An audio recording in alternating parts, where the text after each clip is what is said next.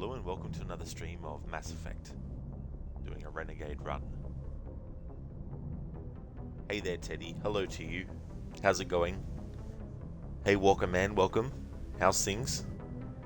Let's get some Mass Effect going. You think you're only about 4 hours away from 100% on Jedi Fallen Order. Once you finish it, you'll be restarting Mass Effect. Nice, that's excellent. That's great. This is going to be the first of 2 streams for my Tuesday.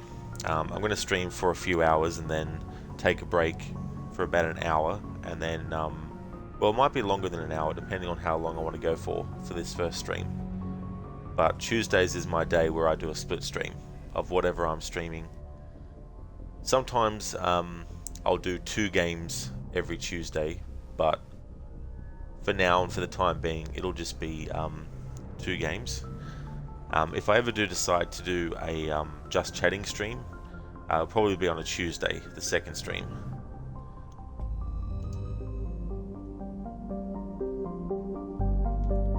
Alright, so places that I've been to. I've been to Hades Gamma, Gemini Sigma, Voyager Cluster, Armstrong Nebula. And we've gone there and we've read the information about each planet, and any ones that have had surveyable aspects to it, we've surveyed that on those places. But there's definitely some places I haven't gone to yet. So one of those is Argos Row.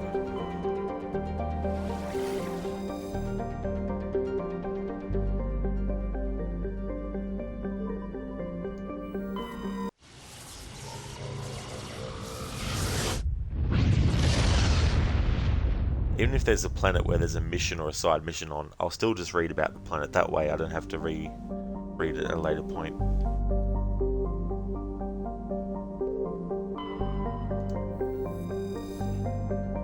Seba is a standard Neptune-type gas giant. The upper cloud decks of its hydrogen-helium atmosphere tinted a dramatic blue by traces of methane. Gas deposits surveyed. Scans from orbit have detected a large concentration of helium-3.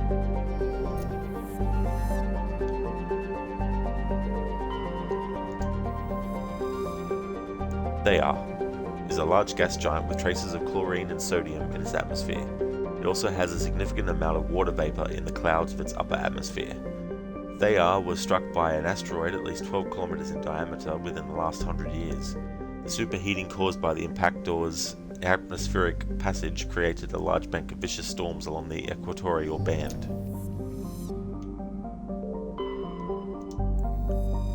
Barmalus has a thick atmosphere of nitrogen and helium. Its surface is scorching hot and mainly composed of alumina with deposits of borax.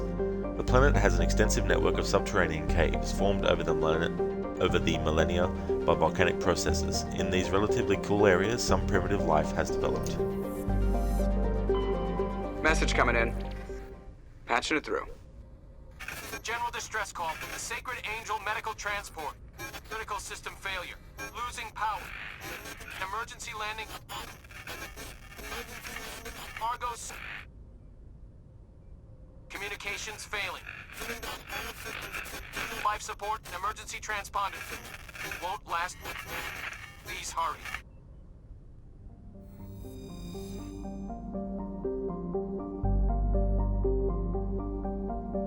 Okay, wasn't expecting that.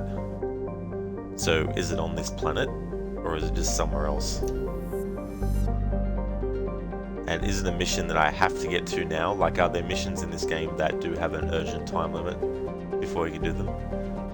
Welcome in, 2 11.25 hour streams with a half-hour break, you like it? Oh no, dude, it definitely won't be that long each stream. That's for sure. Hey there, Ryu. How's it going, dude? Yeah, today's stream overall won't be 11 hours long, combining the 2 different streams together today. Alright, so I've read that stuff. If those people die, they die. Warning, level 2 heat hazard. Medgos is a large terrestrial planet with an atmosphere of carbon dioxide and nitrogen. Its hot surface is mainly composed of nickel with deposits of potassium and heavy metals. It is a mineralogical treasure trove, with concentrated heavy elements constantly being brought to the surface by volcanic activity. Medgos is in hospital. Medgos is inhospitable. There we go, Rod. You got the fucking word out. Jesus Christ. It's as easy as word for you to say as hello. That you fucked it up. Medgos is inhospitable and dangerous, and expeditions must be well prepared to survive any length of time. With its high mass, heat-trapping clouds, and constant volcanic venting, Medgos seems well on its way to becoming a Venusian pressure cooker world. Welcome in, come on, we need a 24-hour stream. I definitely don't, that's for sure. If I do a 24-hour stream, I won't be streaming the next day, and I don't like to waste days without streaming unless I really need to take a day off to do something else. So yeah, you'll never see me do a 24-hour stream on this channel, that's for sure. Beavis and Butthead hate Johnny Cage in the Mortal Kombat Legend films.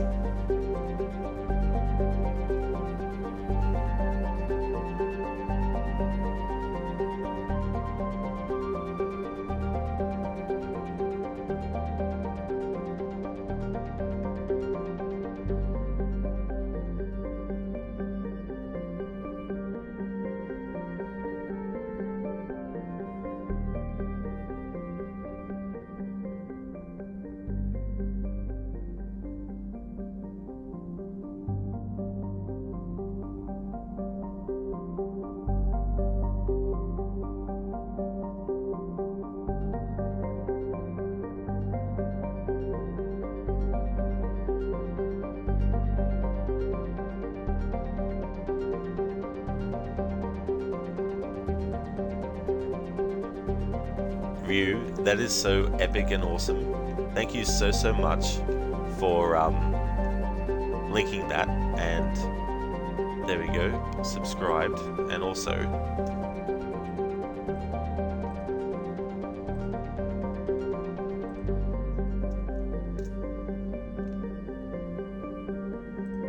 there we go, also subscribed as Rod Legion as well, dude.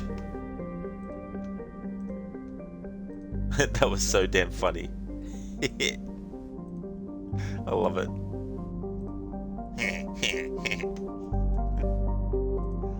Awesome. Welcome, man. You're just razzing me. Hope you know that. Oh yeah, dude. It's one of those things. As a streamer, I always like to make sure that people are aware of certain things that I don't do. Even though I know you're joking, someone popping in might be like, "Oh, does he do 24-hour streams? I hope he does one soon." I just wanted to let people know that I don't. And for anyone watching the VODs back later, it's good to mention that I don't, just in case they watch the video and they're like, "Oh, he might do a 24-hour stream one day." Sorry, I always like to think 10 steps ahead of things. Sometimes it's easy to do, but other times it's a bit hard to remember that you know, you can't anticipate every single outcome from something. Yeah, Ryu, you did such a great job. That's awesome. I didn't actually realize that you had a YouTube channel.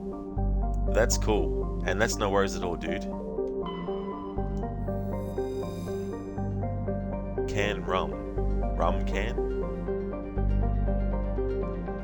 Can Rum is a small rocky world with a trace atmosphere of methane and krypton. Its surface is mainly composed of magnesium and silicates with deposits of carbon. Can Rum was the site of the warlord Shiagur's defeat by Turian peacekeeping forces during the Krogan rebellions. While this band was not especially powerful, Shiagur was a female warlord and one of the few remaining fertile females at that. She had, through viciousness and cunning, parlayed her unique value into a position of power. Krogan males competed for the right to join her band and lie with her. When Shiagur's death was announced, vengeful male Krogan admirers near and far swore blood oaths against the participating Turian crews. In the end, several thousand of the Turian participants were killed in open combat or through assassination. To this day, many Krogan proudly proclaim that they have the blood of Shiagur.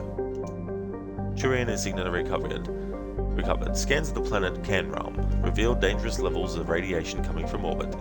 Chief Engineer Adams conducted further scans and discovered the remains of an ancient warhead marked with the Parthia colony insignia. Alright, so that's all of Hydra sussed out.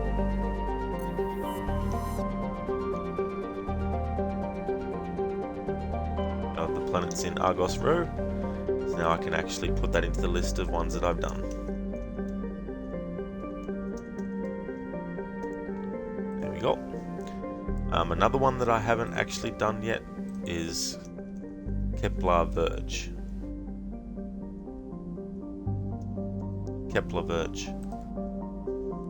Ryu, as you can tell from the footage, they kind of fucked up how Johnny Cage acts. All of the clips are from the second film, Battle of the Realms, but he's a pansy in Scorpion's Revenge as well, just worse than the second. Yeah, they sort of have only focused on the aspect of the character that is the wisecracking dude who doesn't think with his top head kind of guy, but he has none of the maturity aspects that the 1995 movie version had, and I think that's a good version of Johnny Cage to do in the games as well. You know, he may be comedic and he may not take 100% everything seriously, but when there's serious shit going on, you know, he doesn't wisecrack, you know, and he gets down to business.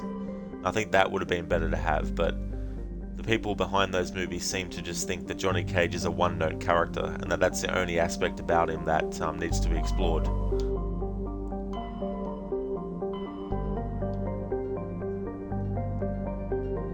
Alright, so Kepler Verge, that is over this way.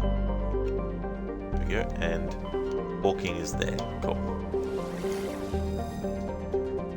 Newton.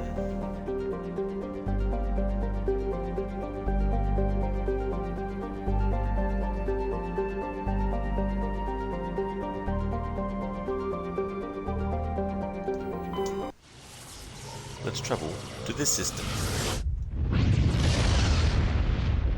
And we'll get a message now. Message coming in. Patching it through.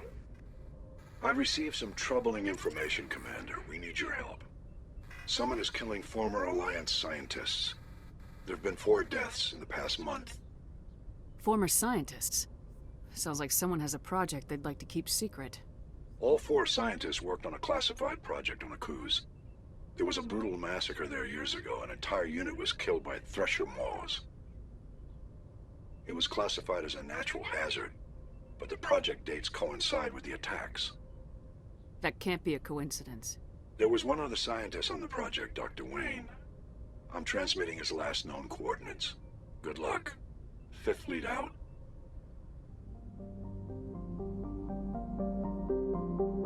Hey Zaius. Yeah, the galaxy map is cool. I really like being able to do this, and the music is really, really cool too. I was actually doing some things earlier and I had it playing in the background on loop. Junkro is a hydrogen helium gas giant with traces of chlorine and sodium in its upper atmosphere. Like Uranus in the Sol system, it is tipped on its side, its north pole facing the star Newton. Gas deposits surveyed. This gas giant appears to have a large concentration of hydrogen. Ryu and his confession of all of the death and fighting was worth it just to meet you. So all of the people who died were justified so that he can get laid. Yeah, Ryu, that's the thing too. You know what I mean? Like... And some people might say, well, maybe he meant it in the way that, you know, is, you know, that all this bad stuff happened. And one of the only good things that I can think of that's come out of this is the fact that I met you, in the sense of, you know, it's great to have you in my life kind of thing. But when you consider we're talking about a version of Johnny Cage who just wants to get in Sonya's pants, him saying that basically implies that, you know, oh well, at least I get to, you know, get laid now. It's just tone deafness with a character. Ontarom. Though Ontarom's surface is uncomfortably hot, its nitrogen-oxygen atmosphere are abundant. And abundant shallow seas make it an ideal candidate for habitation by most known species. Unfortunately, the orbit of the moon of Thonol has been slowly decaying since the system coalesced. Its proximity is beginning to have tidal effects, and its dynamo-like revolution through Ontarom's magnetic field is generating increasing powerful electrical storms. While some have suggested emplacement of Mass Effect drives in an attempt to lighten the moon and correct its orbit, the scale of such a project, tens of thousands of drives, costing enough to bankrupt the governments of all the Citadel races, make it a pipe dream. A multiracial effort is underway to catalogue and preserve the unique genetic diversity of Ontarom's vibrant young biosphere. Exogene I-Corp and Haiyuan Genomics represent the Alliance's share of the effort. Not landing on some of these planets yet. I just want to suss things out first with the information on them. Ryu, fuck you Johnny, you need help. You never want to see you again. I'm going to go hang out with Liu Kang. What Sonya would actually say. Yeah, well that's true too. You know, like... And it's also a cliche thing, right? You know, it's the cliche thing of the male character wins over the female character, even though the female character for a long time in the story detests them, but just because they did one good deed, everything else is forgiven, you know? That seems to be also what they want to do with Johnny Cage in those movies. Instead of doing what the movie did in 1995, which is probably the best adapted version of Johnny Cage that should have been used for all other adaptations, you know. Zaya started AC Origins, Egypt looks good. I see what you mean with the parkour being sorta easy mode.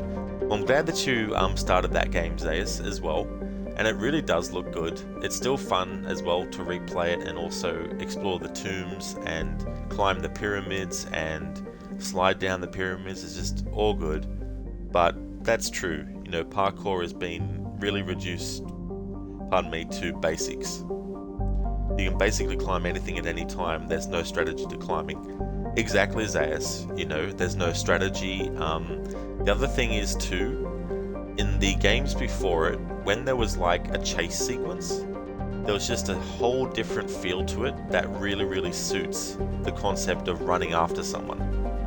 Especially in the games that had other things happen on the way to running through.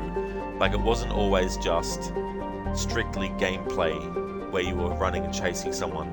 It would also cut to a little bit of a cutscene that would play in amongst the gameplay, and then you'd be put back right into it, you know. Things like that, they don't do that anymore in the new Assassin's Creed games. If there is going to be a chase sequence, it's not a sequence, it's just basically this character model's running off, chase after it. Nothing changes about the environment much, there's nothing that's been thrown at you or anything you gotta dodge. It's just basically keep going until you get them and then boom, cutscene or interaction scene, you know. But that's, you know, one of the things that, despite all the great stuff in Origin, that is probably one thing that is like, you know, that I could say, but it's not really a slight against the game overall though, but it's more a slight at how Ubisoft have reduced the oomph of certain things. Glencori is a rock and ice planet with an atmosphere composed of chlorine and argon.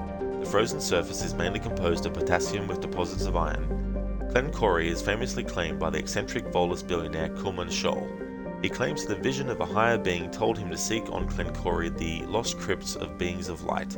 These entities were supposedly created at the dawn of time to protect organic life from synthetic machine devils.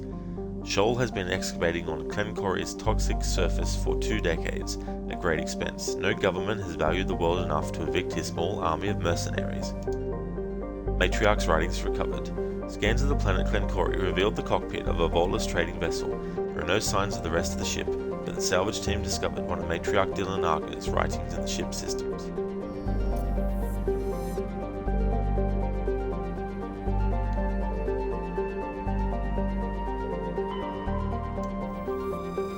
Sesmos.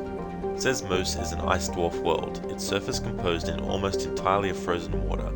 Normally, a planetoid this small would not rate inclusion on the system's charts, but Sesmos' unusually large and beautiful ring of ice crystals has made it a popular subject for visual artists. The ring is the result of a glancing equatorial impact, which left a large trench and threw a great deal of melted water into the atmosphere. The rings are a temporary feature that will completely decay in a few thousand years.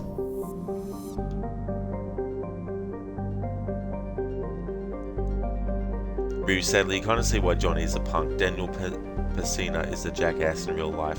He was difficult to work with during Mortal Kombat 2, and he keeps making claims that he co-created Mortal Kombat with John Tobias and that Ed Boon was his boss. He wanted more ownership, hence why he sued Midway and left. Daniel also treated you like shit. Yeah, I mean, that's the thing, right? Like, I remember reading up on that and reading about it, and it's like, just because when they're making the game, you are doing something like being the motion capture for some of the characters or not, that doesn't mean that you own a piece of the overall franchise. You know what I mean? It's a different story if you were like, say for example, Tom Cruise, right? Let's just say Tom Cruise was in a Mortal Kombat game. You can bet your ass that he would actually have a lot of ownership over his character, right? And a lot of say over what happens, you know? But Dan Pesina wasn't on that level. And so to claim that he actually was a co-creator when he didn't actually, you know, co-create the franchise, you know what I mean? Like, that sort of credit is to the person who actually, you know, from the ground up worked on the concepts, the story, the characters, you know, all that type of stuff. And Ed Boon and John Tobias, you know, did all that and all that kind of stuff, you know. Like, for example, also, if I get hired to write on a game or a movie, just because I wrote for that movie doesn't necessarily mean that I can claim ownership over the movie and then be like, they didn't do what I wanted as the writer, you know. Once I submit my, you know, script or draft or whatever, it's up to the powers that be to decide if they accept the script. And if they do, the director might not. You know, there's just so many different things, you know.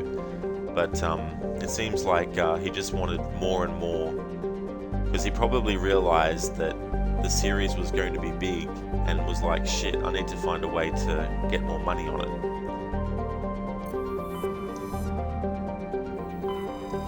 I think that was Newton on Kepler Verge, or discovered, or looked at, etc. Nothing else on Kepler Verge. Alright, so we can mark that off as one that we haven't done and put on the list of ones that I have done. Alright, so the only planet that I haven't actually explored, not physically on the actual planet itself, but I need to explore the Hawking Eater. So what do we have here?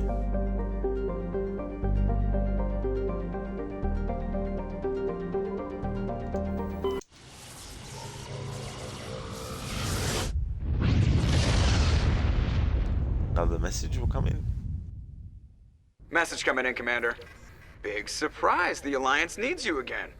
Shepard, this is Admiral Hackett with Alliance Command. We've got a mission for you. Major Kyle, your commanding officer Torfin, has set up a small compound in the Hawking Eta cluster. He's attracted a number of biotic followers. He's become an outspoken critic of the Alliance, and we believe he's mentally unstable. This could be trouble, Shepard. What kind of proof do you have that the Major is dangerous? 3 days ago, we sent 2 Alliance representatives to meet with him at his compound. They've disappeared. We believe Kyle and his followers killed them. That compound is a cult, Shepard. They call him Father Kyle now. He set himself up as some kind of religious leader.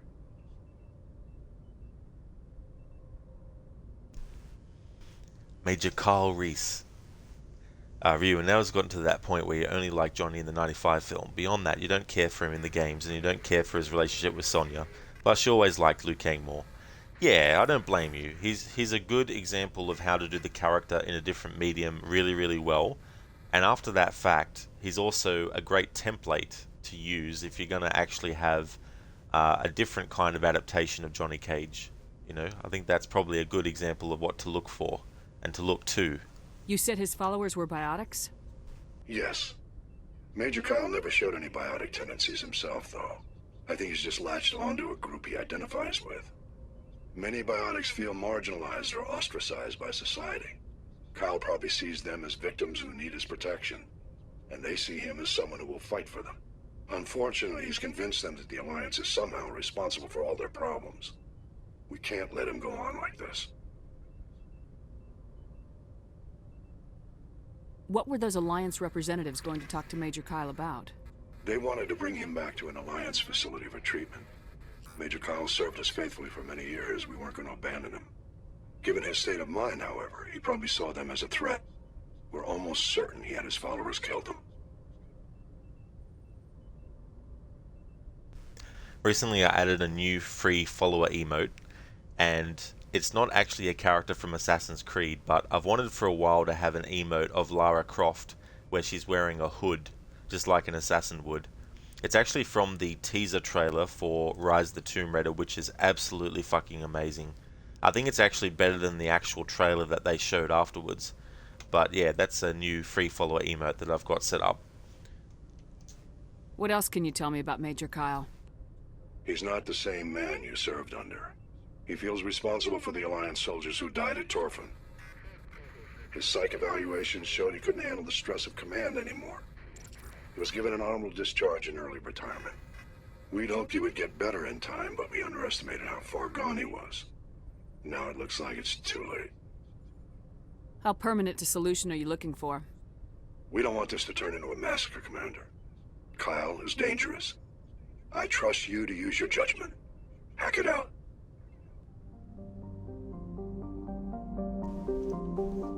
Alright, that's what we need to do. So there'll be a lot of those missions that I'm going to do, but we'll get to them. Tamahera. Tamahera has a thin atmosphere of carbon dioxide and xenon. The surface is icy and composed of sodium oxide with deposits of calcium. It contains a few unremarkable metals, but mainly consists of rock. The presence of canyons and floodplains indicates that liquid water once existed, suggesting Tamahera has had a thicker insulating atmosphere in the past.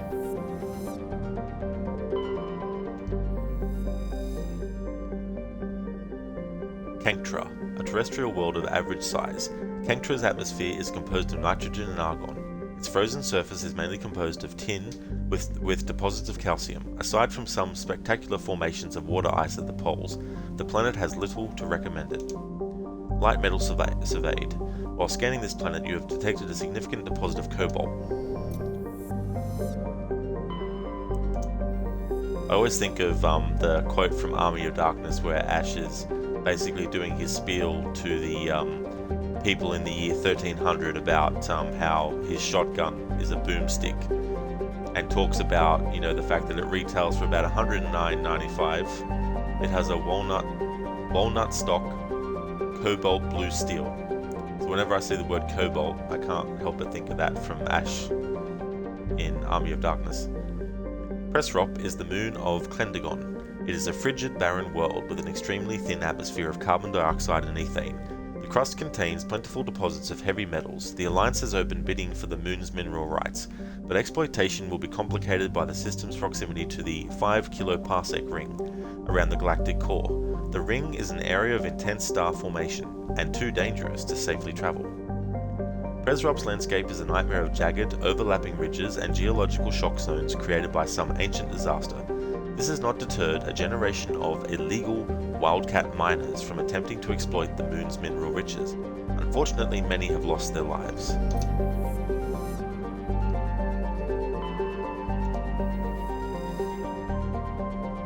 The Ropto is a typical hydrogen-helium gas giant with traces of chlorine and sulfur in its atmosphere.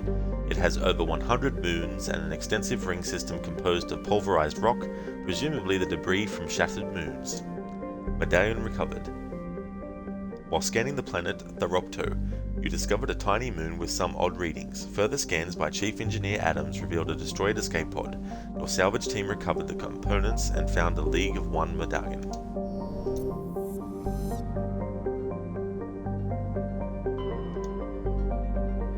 Alright, so that's that looked at. Hawking, Eta. That's now a place that I've actually sussed out in that way. Alright. Now.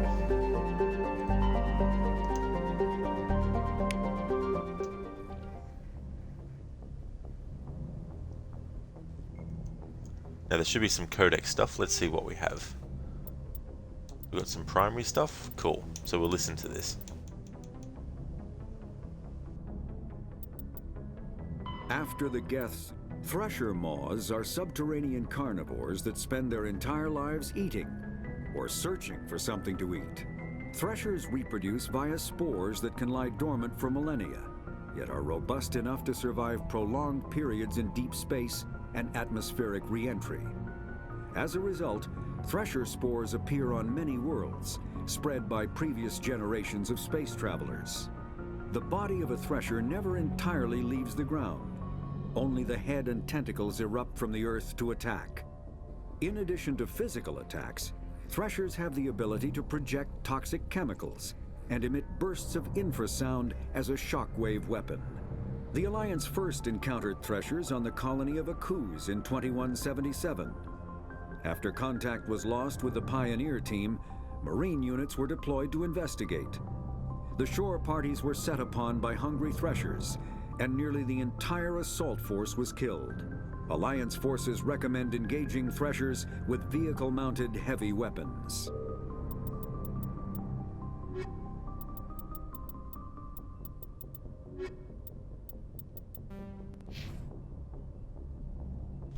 Alright, now that we've done all that, let's save.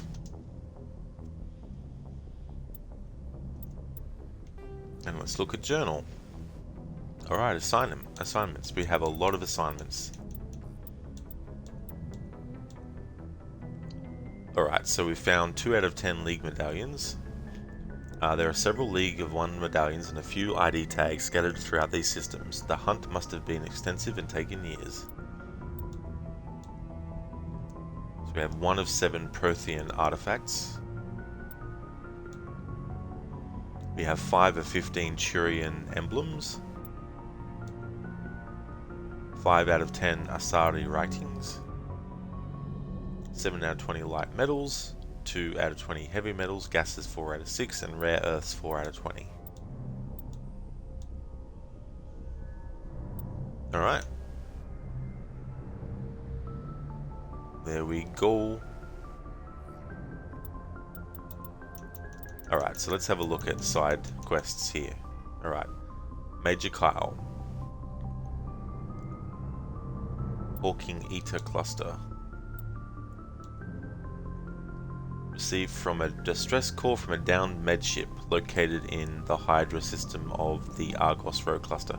Alright, let's actually do that one.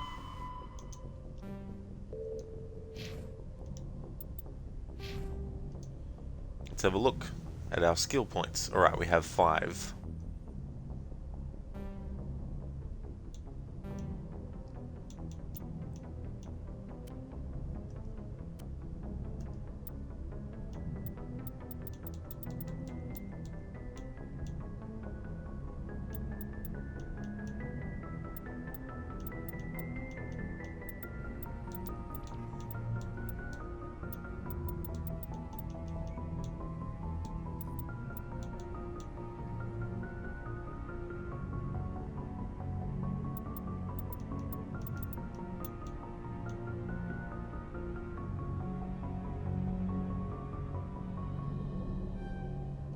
Grab that.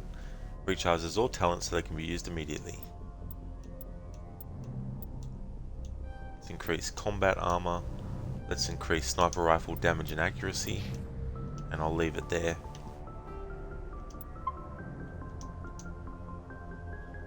Alright, so we need to go to the Argos Row Cluster. Hydra system, Argos Row Cluster.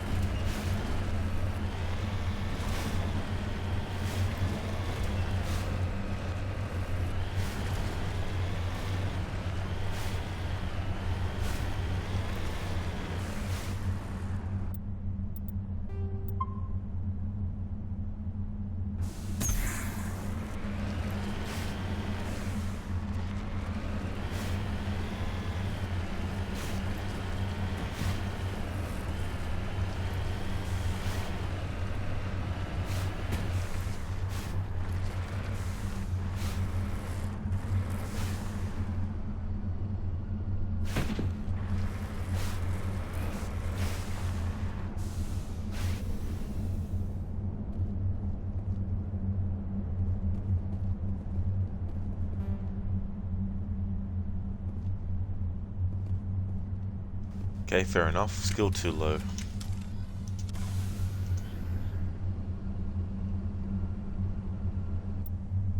Electronics, eh?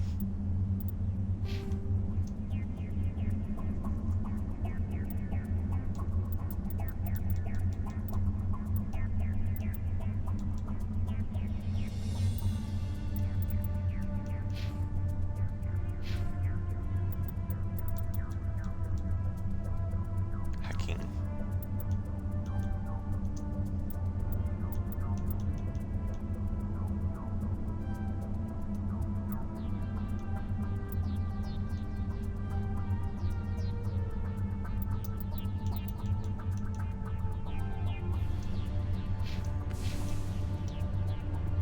I really wish you could just switch to your other characters.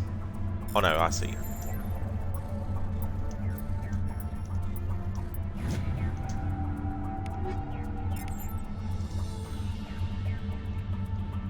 Never mind. I worked it out.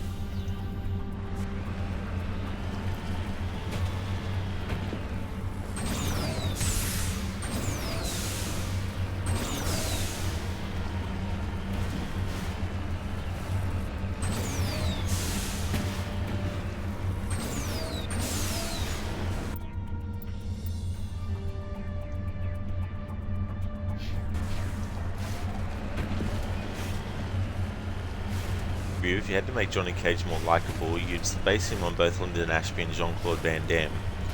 Yeah, that's a good way to do it. It's a much better approach.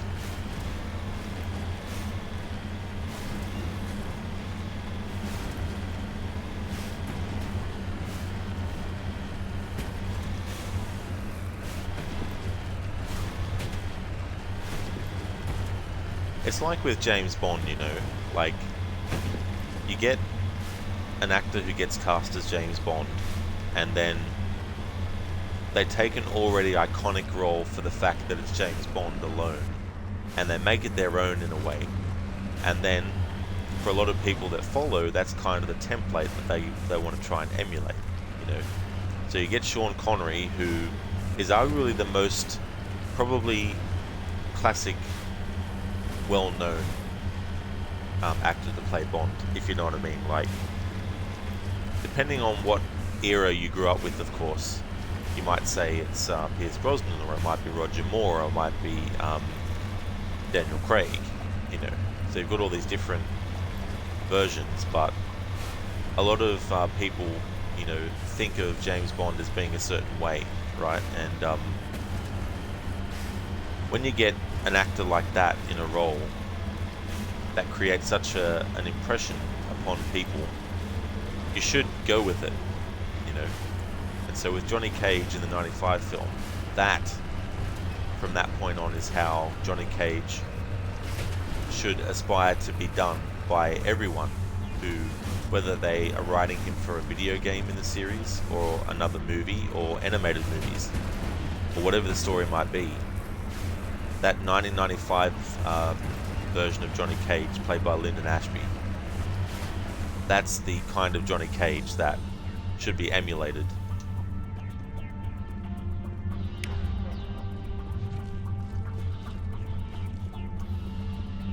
Manchurian Corpse, eh? Let's get moving.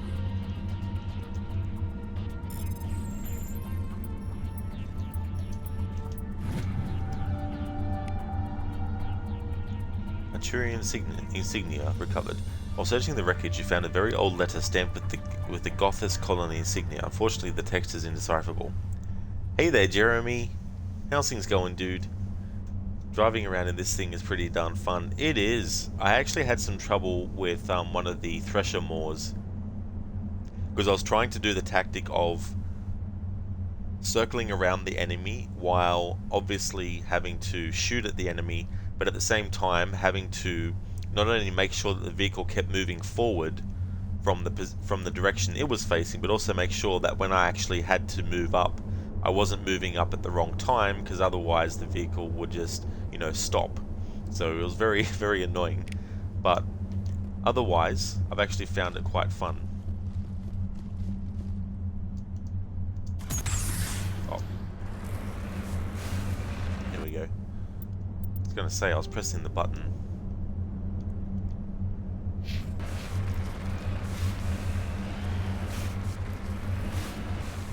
Yeah, Ryu. So that's just a good example. Hey there, hit pigs. I hope things are going well.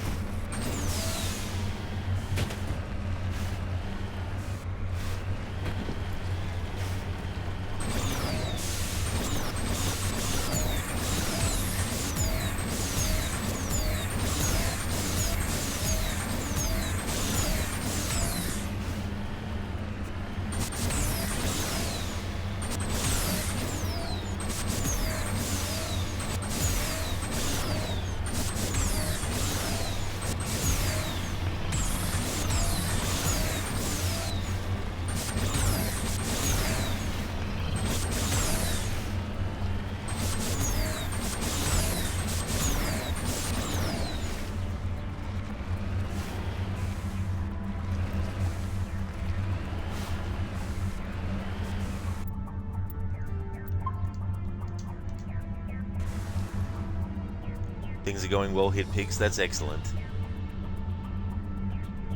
Ryu, much like how the gold standard for Liu Kang is Robin Shu. In fact, that is who you based your version of Liu Kang heavily on. That's right, Ryu. That's the version you are, and it's definitely understandable because he did such a great job as the character.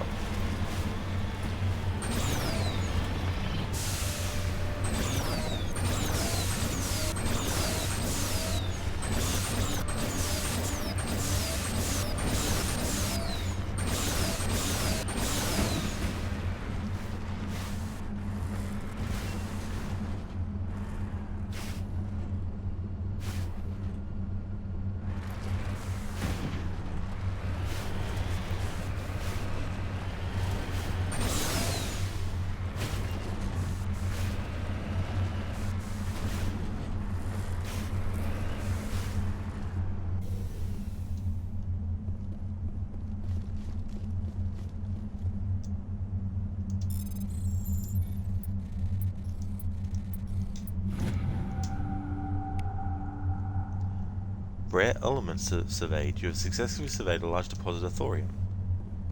Cool. No sense standing around. Oh. Prompt to get in the vehicle. Jesus Christ.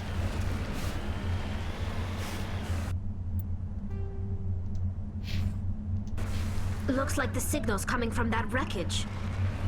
Careful, Shepard. I've got a bad feeling about this.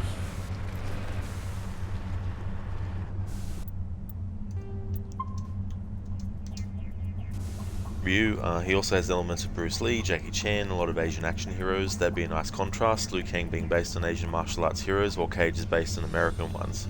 That is so true. There's definitely a lot of their DNA in the character when you look at it. That's definitely true as well. Especially how the director of the Mortal Kombat reboot was like, we can't have Johnny Cage in the movie because we can't have a main character who's a white guy. And it's like, when did Johnny Cage become the main character of the entire series? I must have missed that, you know. And it's kind of like, so using this logic, we can't have a character who isn't the main character of the series, like the sole main character of the series. We can't have a character that's not the main character of the series in the movie because we don't want a white guy in the main character role. Yet in the games, Liu Kang is the main character of the series and he's not a white guy.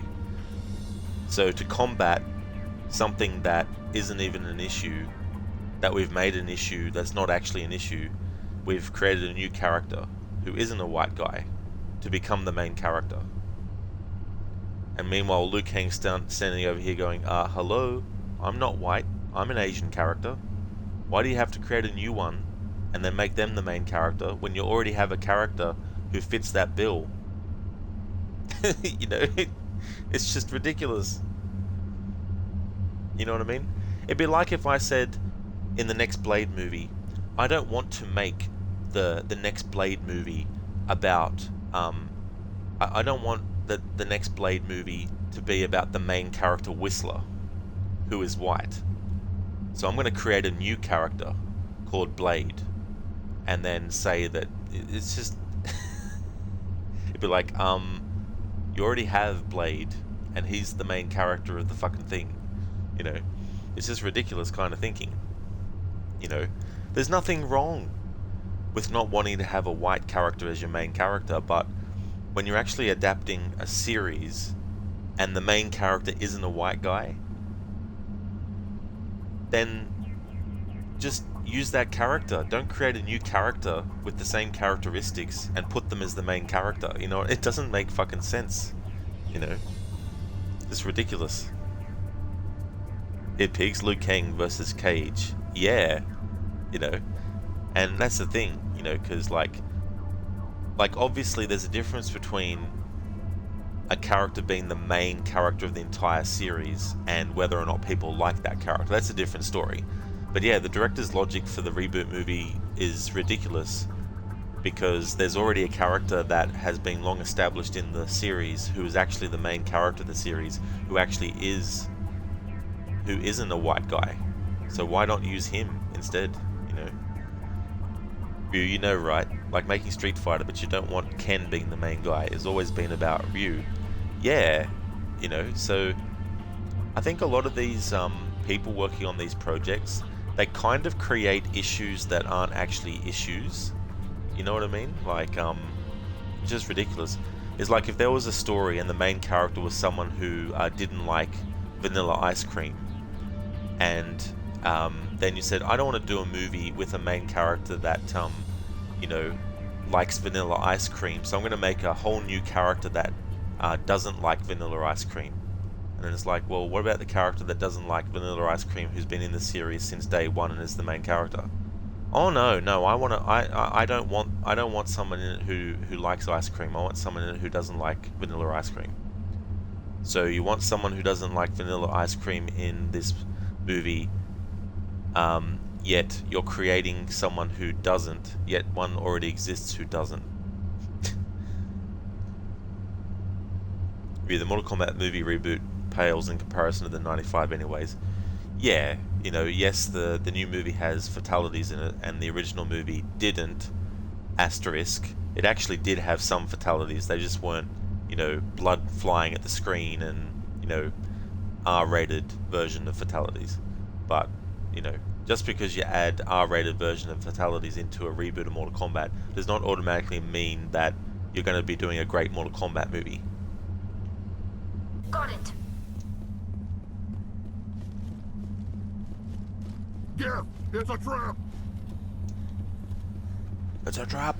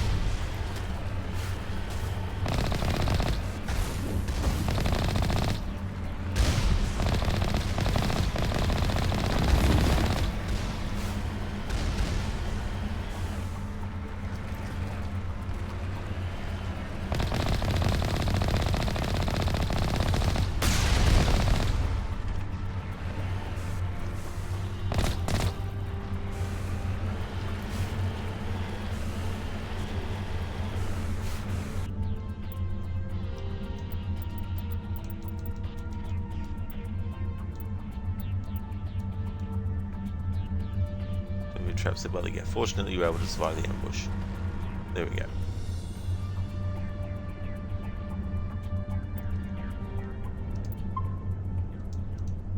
Hitpigs is probably a way to get around fans by saying they want a new character, but they don't want to tell you they want a new character.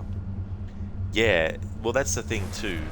You know, like, there's nothing wrong, I feel, with wanting to have something new added to something to make it different, but it's always a matter of what are you adding, because if I have a movie about a particular character who has always been known to be a certain way, but if someone was like, we want something new for the character, so how about we completely change their character from the ground up to the point where the only similarity is their name and what they look like.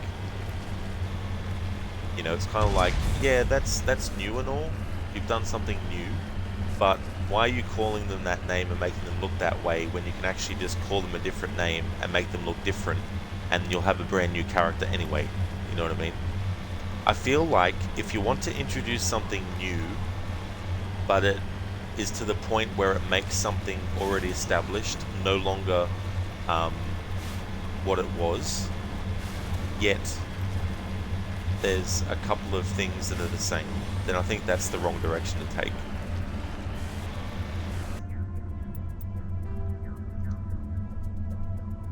Hitpigs anyway, the main character of Mortal Kombat is that motion capture guy.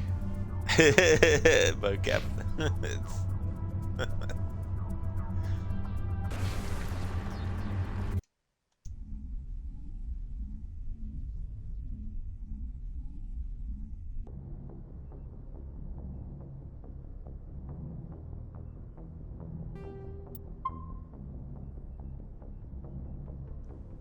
Alright, so that's that done.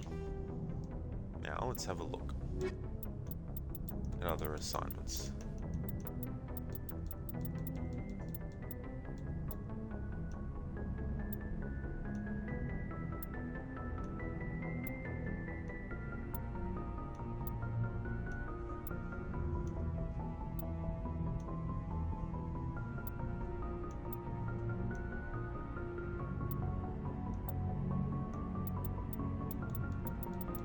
Alright, let's actually do some side missions for the people at Citadel that gave them to us. Alright, Admiral Kahoku has asked you to find a missing recon team in the Sparta system. I don't think I found that.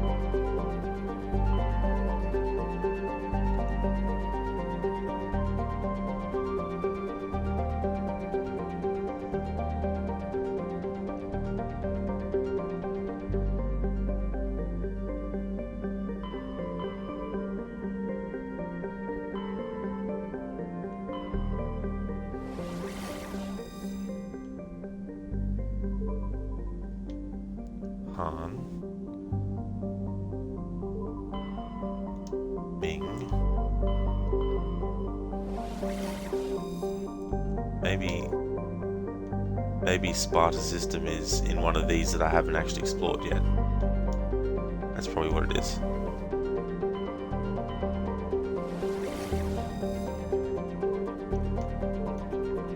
Axe. Strenus. There was a mission that was on Strenus, I remember. Exodus Cluster. Utopia.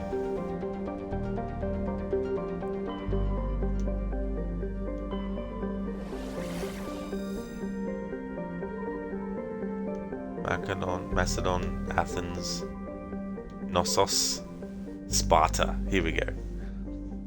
Alright. Let's travel to the Sparta system.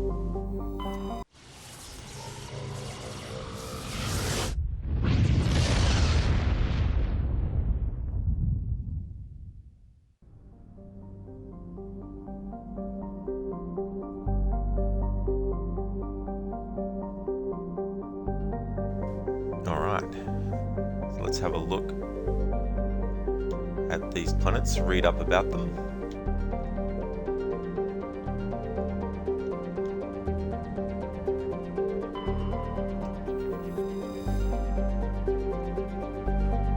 Altair is an unusually large terrestrial world with a trace atmosphere of methane and ammonia.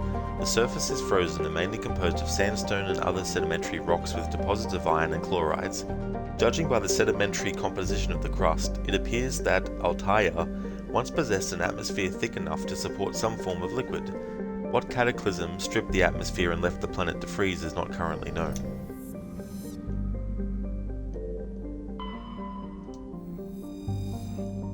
Yeah, hit pigs. Such a classic meme.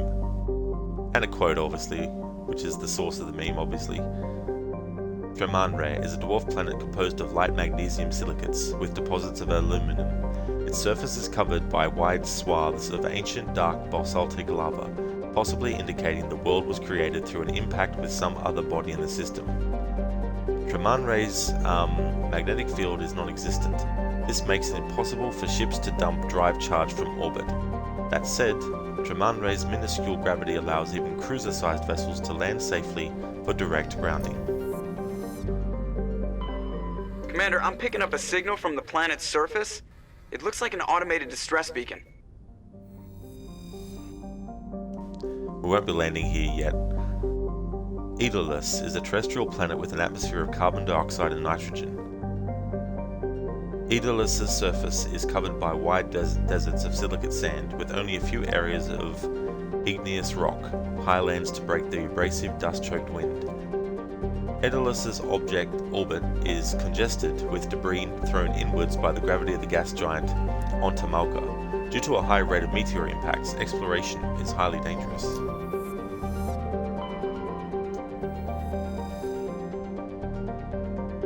Ontamalka is a large hydrogen-helium gas giant with traces of chlorine and sulfur in the atmosphere. Its massive gravity well tugs many asteroids from the outer belt inwards, past the orbit of Altair and Aeolus, and eventually settle into the inner belt. Onto Malka's orbit is congested with hundreds of captured moons. Most last only a few thousand years before being ejected, dragged down into the atmosphere, or ripped apart by tidal forces and added to the gas giant's immense rings. Attempting to navigate this chaotic environment is hazardous at best. Ships without military-grade kinetic barriers are likely to suffer catastrophic impacts. Gas deposit surveyed. Scans from orbit have detected a large concentration of hydrogen.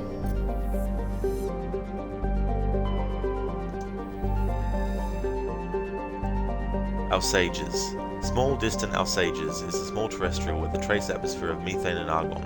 The surface is composed of water ice and calcium with occasional deposits of light metals. During the Alliance's pirate suppression campaign in the 2160s, the Batarian Iloam Ranpara was caught with his frigate Taneron, grounded in Alsages for drive discharge. When challenged by the cruiser Hyderabad, Penpara refused to surrender. The Taneron was destroyed attempting to take off. The debris is strewn across the southern hemisphere. Rare elements surveyed. Scans from orbit have detected a small deposit of plutonium.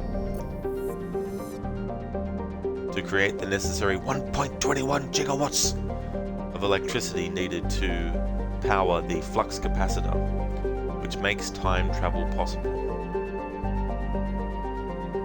Okay, so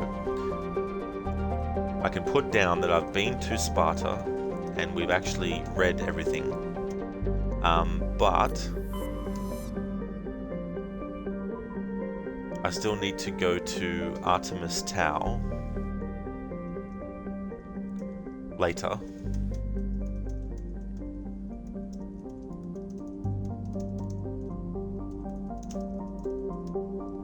Make a note for myself to return there later to cover more planets. We're going to go into the Sparta system and we're going to do the mission. I think it was Daedalus. Hit pigs at 88 miles per hour. Hell yeah, hit pigs.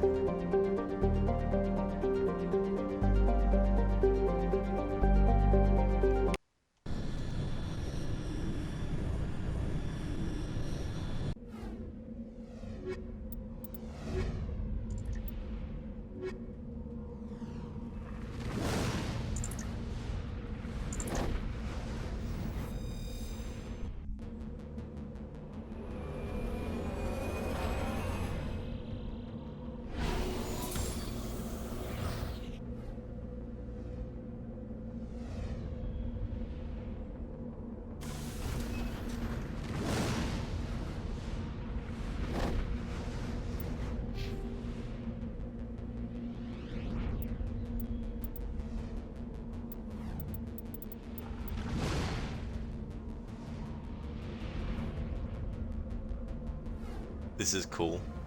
Advanced overkill. We'll definitely get that for the rifle.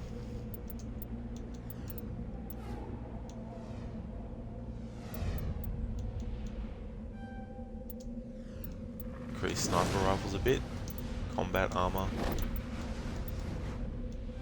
Spectre training. And assault training. That's all we'll spend for now. Alright. Krogan's got 8 points.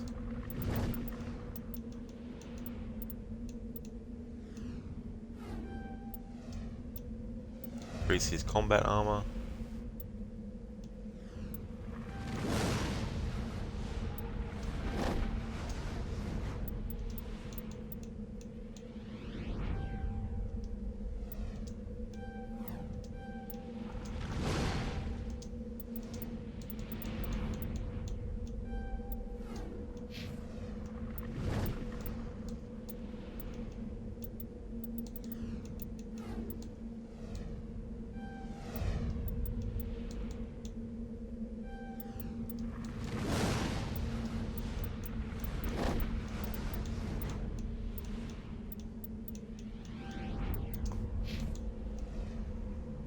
Boom.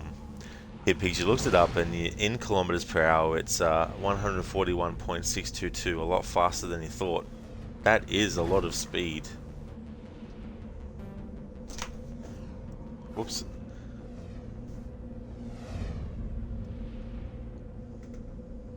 Went to check my phone and accidentally knocked it off.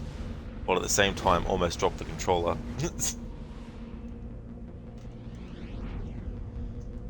Alright.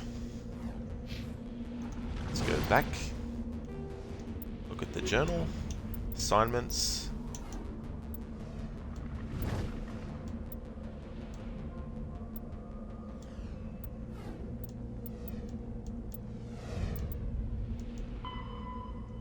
Missing Marines.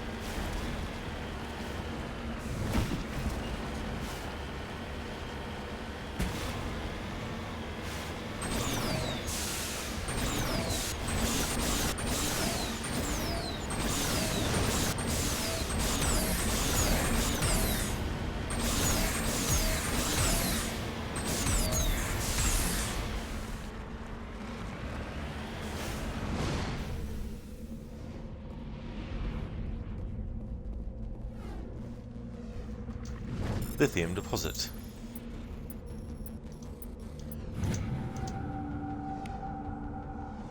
Light metal surveyed. You have successfully surveyed a deposit of lithium. Hitpigs, what's your goal on this planet? So there's actually a side mission that's on this planet, but I'm also going around when I get to the planet's surface and having a look at what can be collected.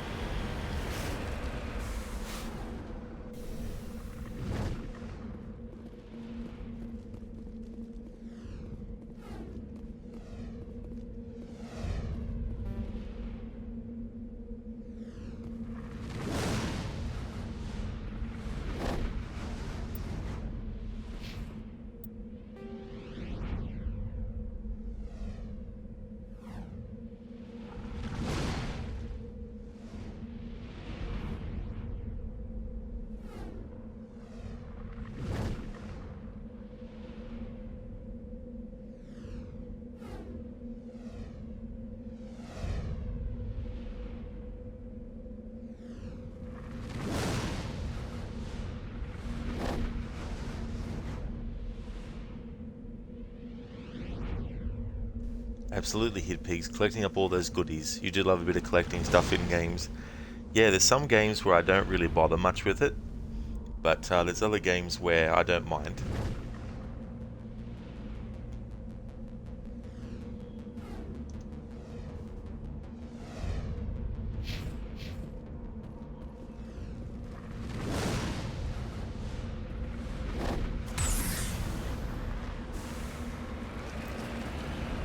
So I've made note that I need to return to this planet later when we have higher encryption, because I don't have any more skill points to give to any of the other characters with us.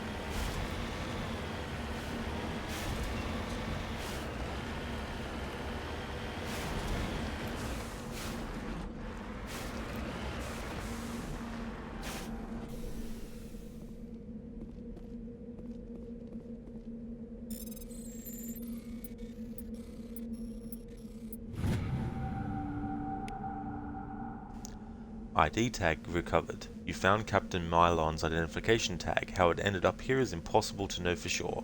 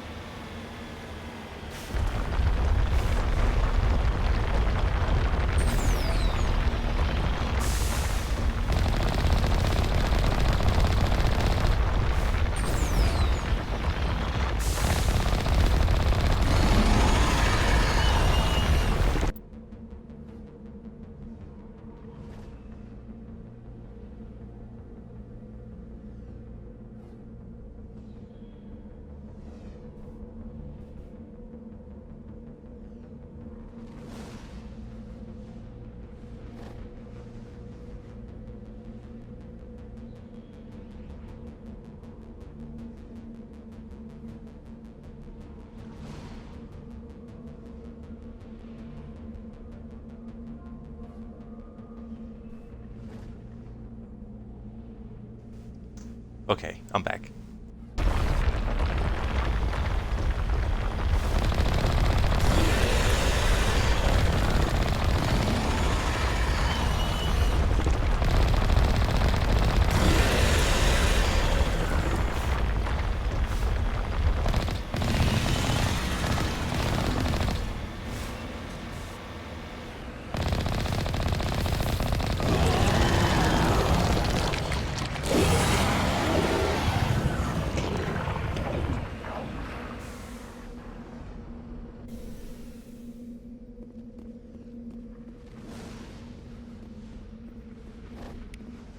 Alliance soldiers. Looks like they were lured here by the distress beacon. Looks like these men were under Admiral Kahoku's command. He'd want to know what happened here.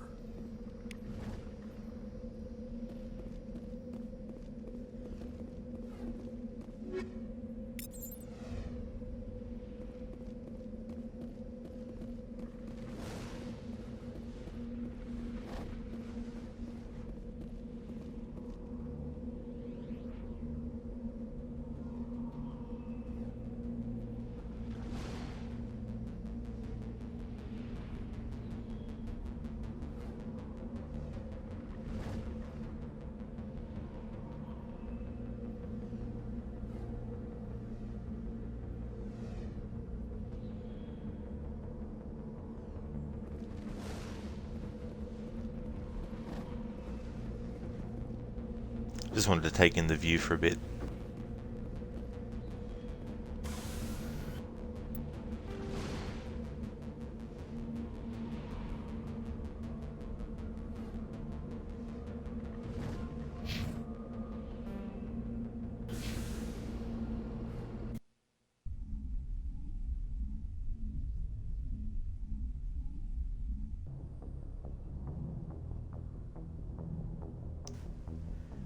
Because there's also more mission givers that were at the Citadel, I'd rather actually get the missions done for them and then return to the Citadel, and then that way I can go and visit each of them while I'm there. Instead of doing one mission for one, doing it, then going back to the Citadel, going to a different planet for the other person, then going back to the Citadel 3 times. I am an enchanter. By what name are you known? There are some who call me Tim. I love that one. That's so funny, Monty Python and the Holy Grail. Thank you for redeeming that hit, pigs.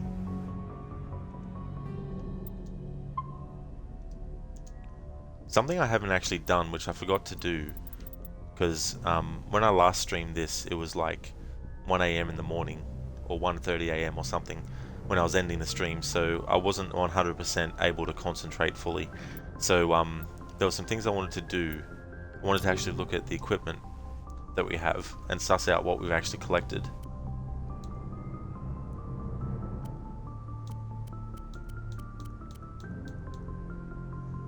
Alright, I still haven't found an assault rifle, found one that is, that's actually, you know, better than the one that I currently have.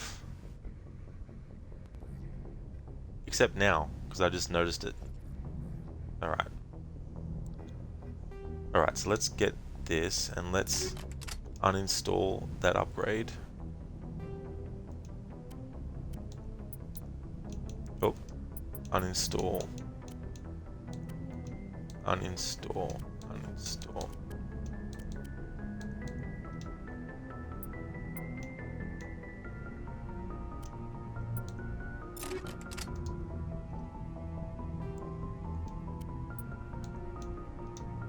Alright. Confirm and exit.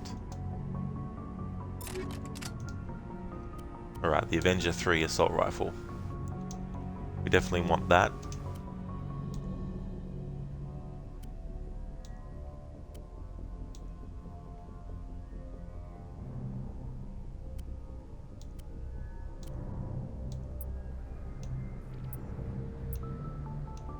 We'll put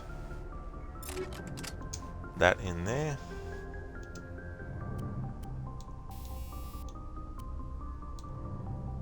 Improved sighting. That's cool. Confirm and exit. Nice. So that's a better assault rifle than what we've got.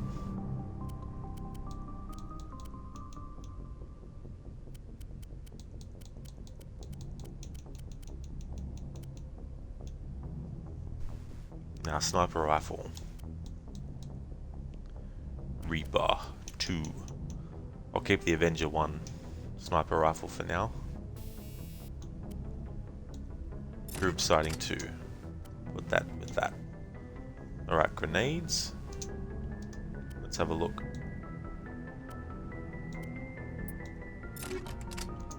Put that with it. Now, armor. Definitely need to improve the armor that Shepard has. Ironically, this armor, that one is... Okay, so Duelist 3. Damage protection is just 1 up from what we have, but the shields is higher, 130. But it has 1 less tech biotic protection. Because of course it would.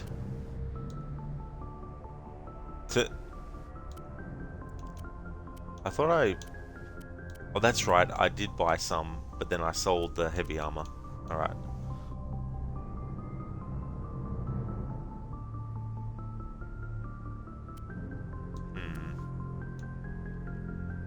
Tech biotic protection, 0's got none at all. At least this has 1 little bit of it. Alright, for now, let's actually see what upgrades that we've got with it. that we can put.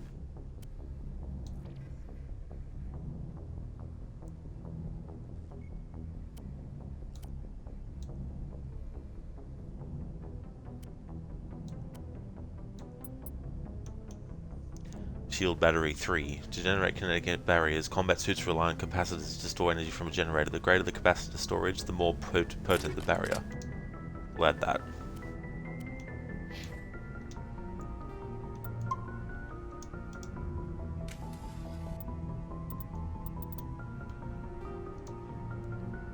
Alright, so another side quest that was given to us by someone on the Citadel.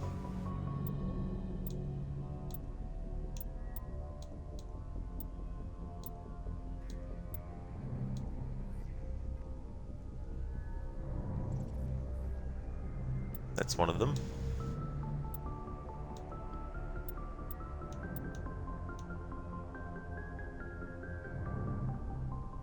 That's right, so there's 2 more.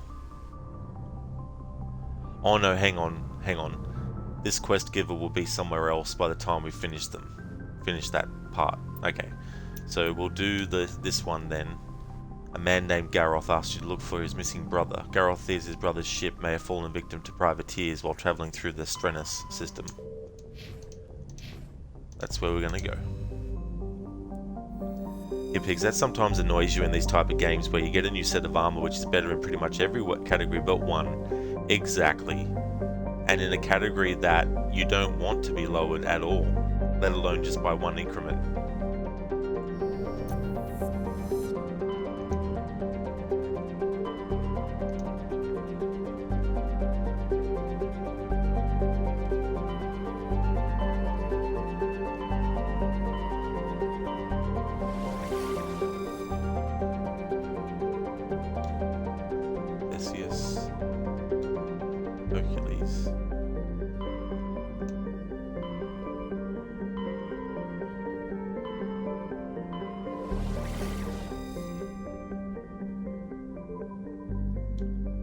Utopia.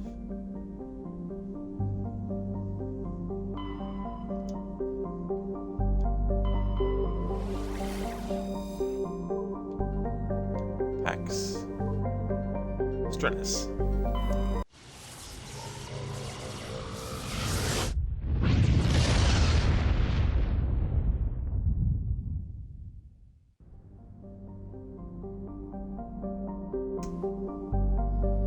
So what we're going to do is read these planets and survey any ones that there are, and then when we actually have done that, then I'll look at whatever planet comes up as one that we can land on, and that'll be where the side mission is.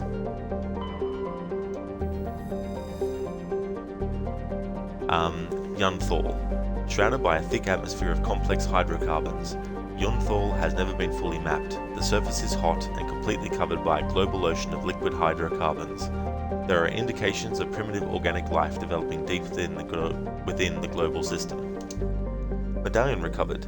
Your scan uncovered an ancient deep space probe slowly orbiting Yunthal. Tali brought it on board, dismantled it, and found a League of One medallion hidden in its payload.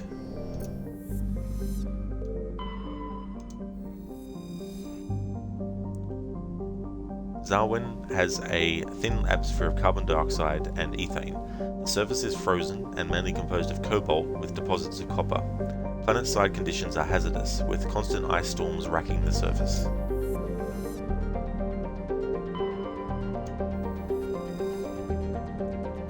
Antitara is a standard hydrogen-helium gas giant with traces of ammonia. Hydrocarbons in the atmosphere lend it a distinct brown tint.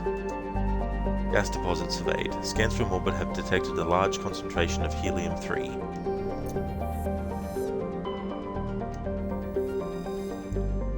Trellin. Trellin is a lifeless rock with a trace atmosphere of xenon and krypton. Its surface contains large amounts of iron and magnesium silicates. Due to heavily cratered terrain, starships are discouraged from landing. A Solarian religious cult claims that a certain pattern of overlapping craters in the southern atmosphere resembles their goddess.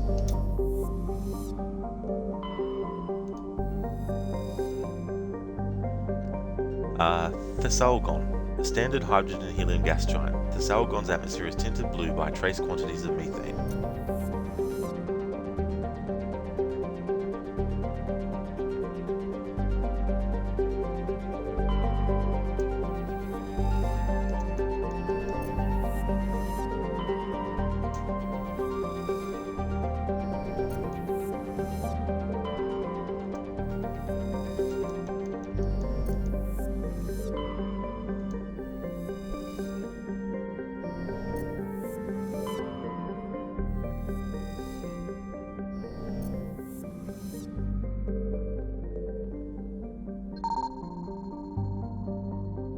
Here we go. The Majesty is a Kowloon-class modular conveyor of human design. The ship is a derelict. All compartments are exposed to space and the fusion plant is leaking. The damage is consistent with ship-mounted mass accelerator fire. A faint trail of radioactive particles, possibly exhaust from a sublight nuclear engine drive, leads toward the nearby planet of Zarwen.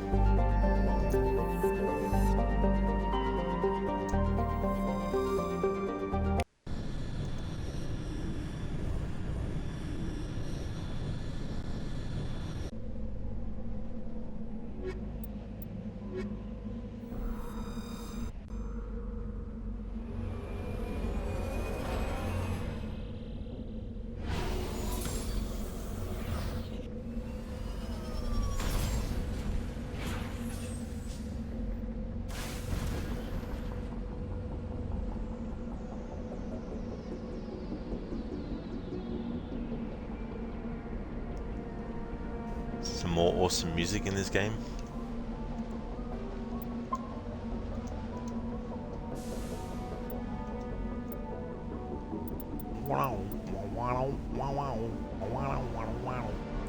Okay, journal. Map. That's what we want.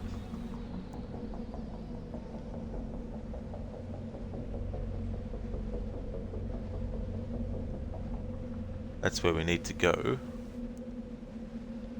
But let's go this way first.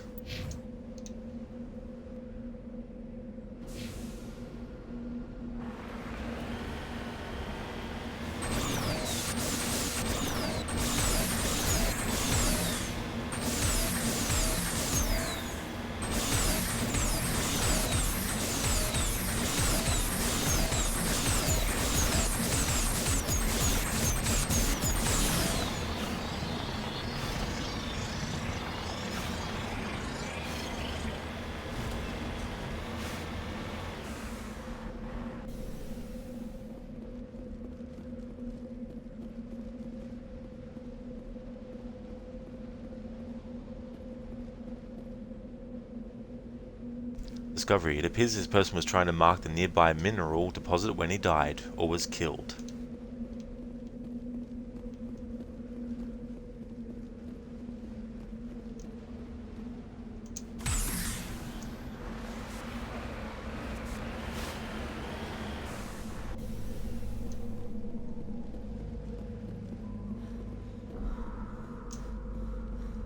Iridium deposit.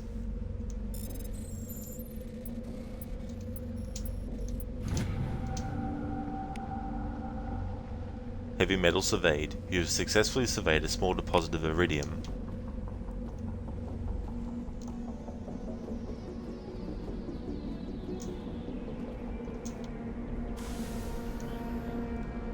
Hey, Hit Pig. Sorry, I already said hello to Hit Pigs. I accidentally looked at Hit Pigs' name when I glanced at chat. Hey there, hippie. Welcome to you. Good morning as well. And my day's going really, really good. And of course, it's extra good because of this game.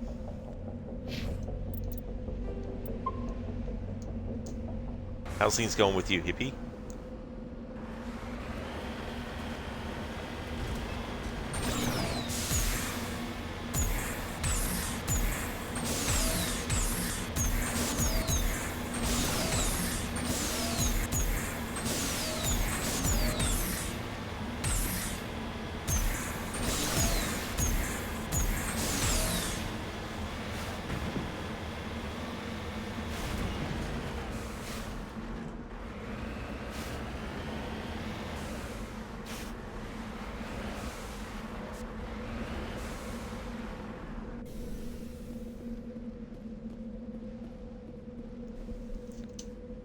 Discovery. There appears to be no one left at this camp. The generator is still functioning, but there are no signs of the former occupants. The camp's computer notes several locations of interest. Cool. That's good.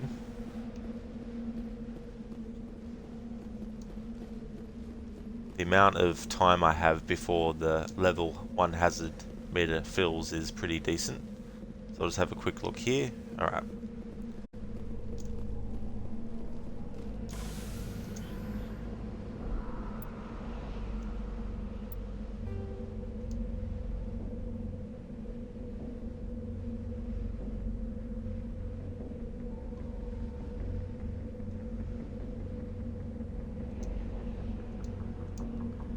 Hippie just woke up, might have caught a little cold. Oh damn, Hippie.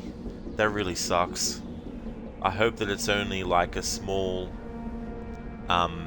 dose of it, so to speak, and hopefully it won't turn anything to anything else as well, and that you're feeling much better soon. Just what you don't need.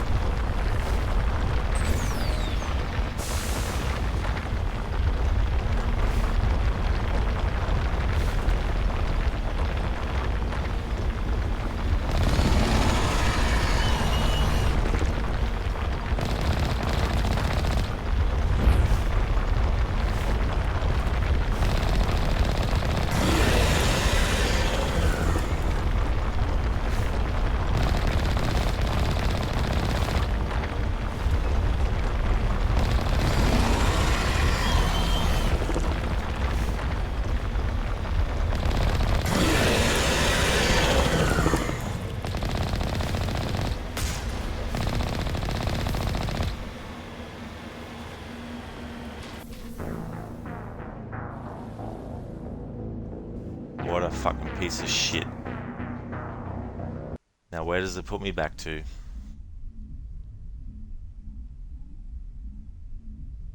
I have to remember in this game you can't run over stuff and do damage to it.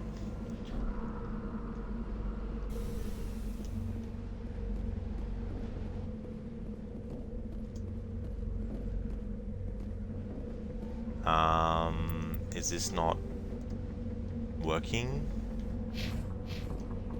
Oh my god, what? That should be lighting up.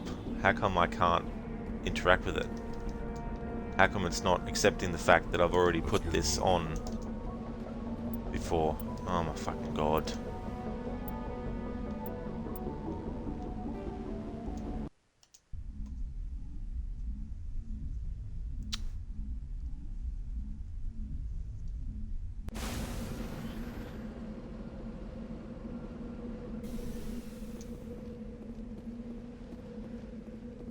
Oh, come on, game. What is this bullshit that you're giving me? How come I can't interact with this generator now? Ridiculous.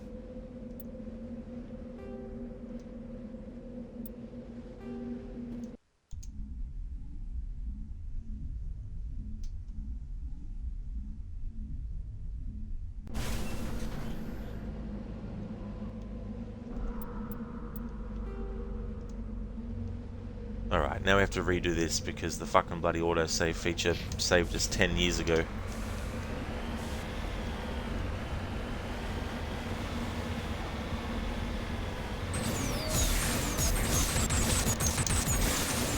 Can this thing go any fucking faster?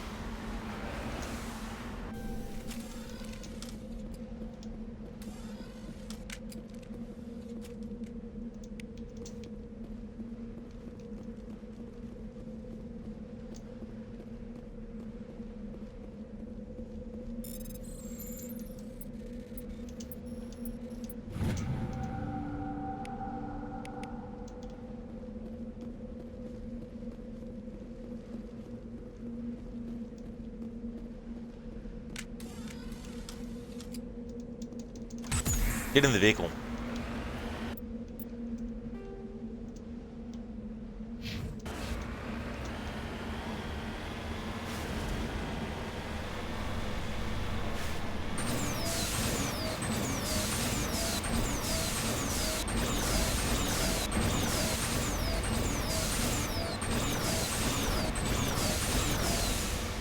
Be good if you could upgrade this to go light speed.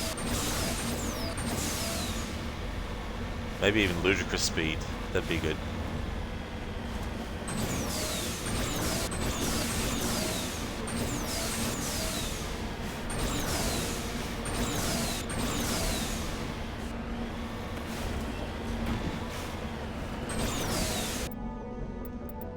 Right, let's save here. There we go.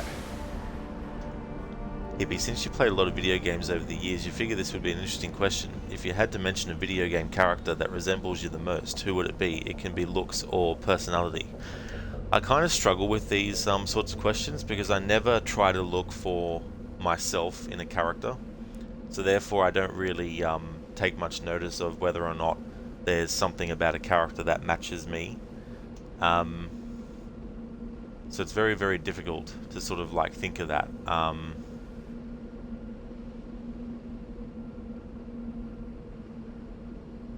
I guess if you think about games where you have the option to play it a certain way, like I'm playing this game, for example, as a renegade, but my general playstyle in games like this is not to choose the overly quote-unquote negative pathway. It's the same with Red Dead Redemption 1 and 2. Like, I will do things in those games, obviously, that are needed to be done, which will actually drop your honor level. But ultimately, by the end of the game, I want to have the character with high honor. You know, that kind of stuff. So, I guess, taking that into consideration, I would have to look at a character that probably takes that route naturally, without any sort of, like, influence. So, if I look at characters who do that, and then sort of, like, think about those traits only, because there's not like any character that I would say that like looks like me, so I'd have to go for like, you know, other aspects of the character. But yeah, that is a tough question still. I'll have a think on that one. So when you run over stuff, your car took damage instead. It did. Yeah. I keep on getting to the habit because I think surely, you know, then I have to remember that not every game's going to let you do damage to the enemy running over it, you know. You would think it would, like, fair enough if it does damage to me as well, but you'd think it would also do damage to it. Hey there, Dr. Ronnie. I hope things are going well. How's things going? Ronnie, what happens if you go played? I'm not sure, Ronnie. I don't know. Yeah, hippie. This is one of those things. I don't really... No characters come into my mind that really takes the most, you know, sort of like, I'm gonna be, you know, a hero to people. I'm gonna be, well, not a hero, but I don't know.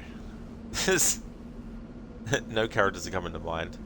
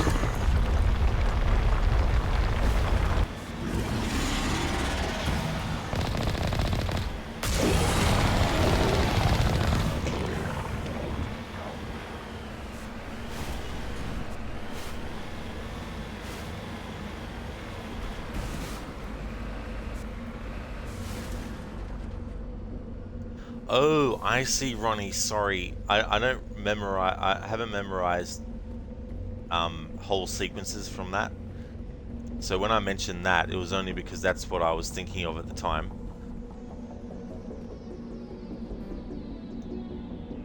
Oh, electronic skill too fucking low. Bullshit it is. Fuck.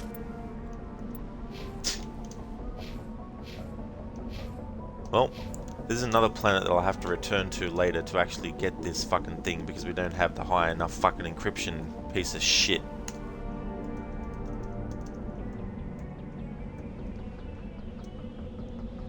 Turn to Zama to get the fucking bloody shit you couldn't before. That is what I should type.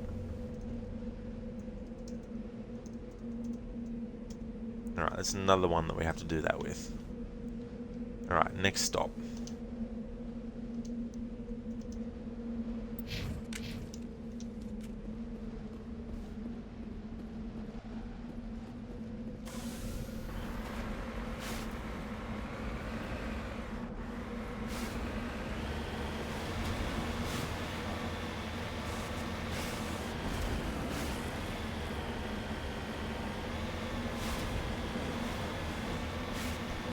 Getting better at fighting enemies like that Thresher more in this vehicle, but it's a bit difficult because I have to keep reminding myself, if you want to shoot at the enemy and have the vehicle on its side and strafe around it, make sure that you don't push the up button, don't push up on the control stick until you actually want the vehicle to go up, if that makes sense. For example, I'll get to a spot where it's easier to sort of like show. Alright, so right now I'm holding the control stick up to go forward. But if I turn the turret on this side, instead of pressing up to go forward, it turns it around to face that way and then go forward. So if you want to shoot an enemy from this angle and make the vehicle actually go around, you need to push the control stick to the right if you want it to go right. And then you have to move the camera around as you do it while still holding right, and then aiming and shooting. But then when you want the vehicle to go the other direction, you have to hold up and it'll spin around. So I'm slowly getting used to that aspect. So yeah, you can't just simply move the camera and hold the control stick in the one direction and it will just stay going in that direction.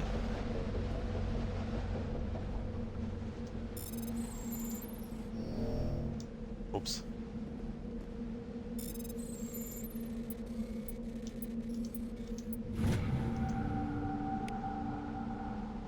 Insignia recovered. This fragment appears to be from an old model freighter. Part of it is marked with the Chati outpost insignia.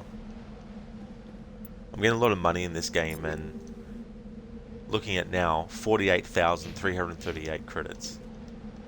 And this is just from not really... I haven't actually spent it on buying anything that I decided to keep. I bought some heavy armor, but then I reloaded the save before I bought it because I wasn't 100% sure on the purchase. Let's get moving.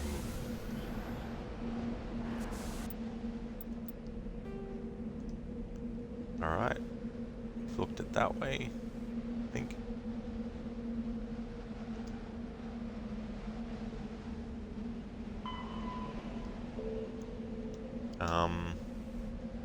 Is that her?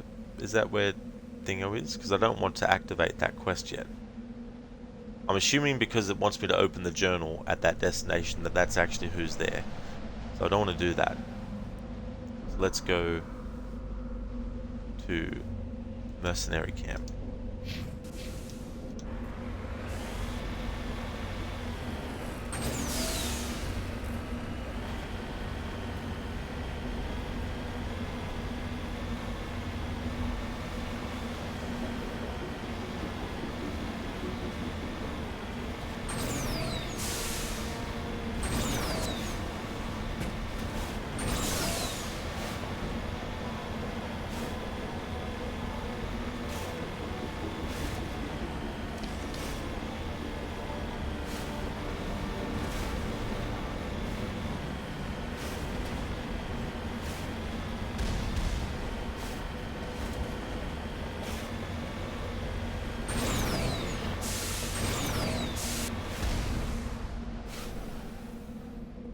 Area secured.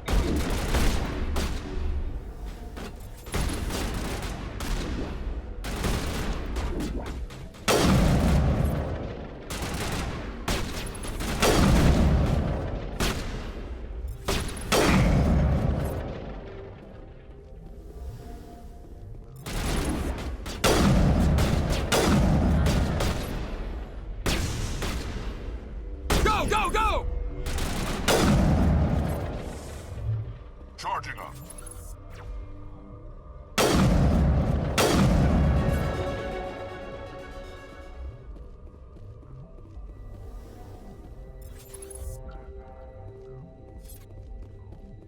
You must die!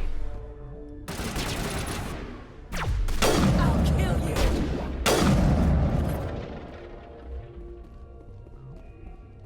Area secured.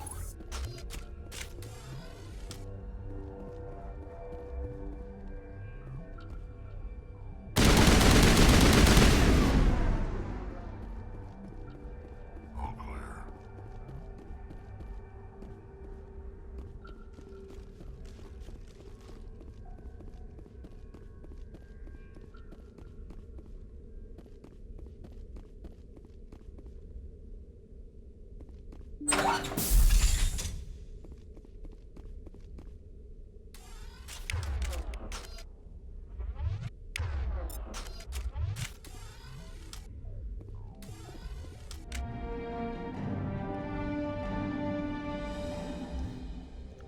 Anomaly identified. You have discovered the corpse of Captain Willem of the MSV Majesty. His stiff fingers are wrapped tightly around a small data pad.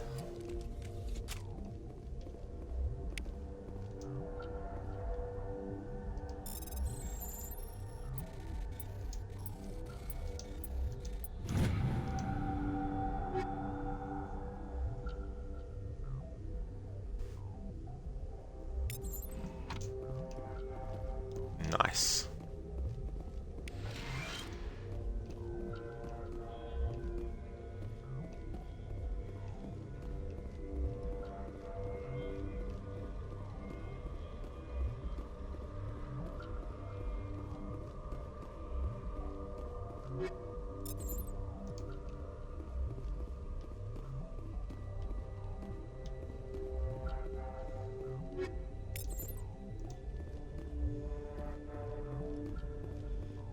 This is one of the good things in games about doing a lot of the side content first before you focus solely on main stuff is your XP, but also the money that you amass as well.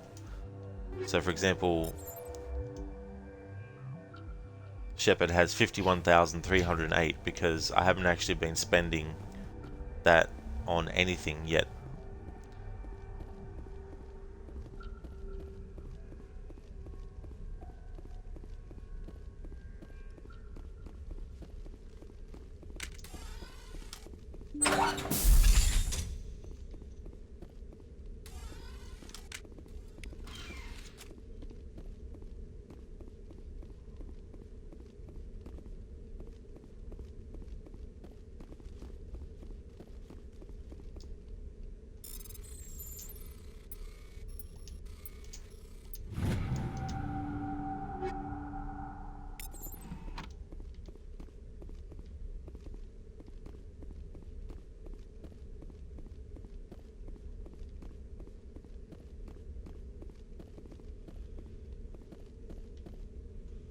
With the sequel, did they actually add a weight limit for what you could carry?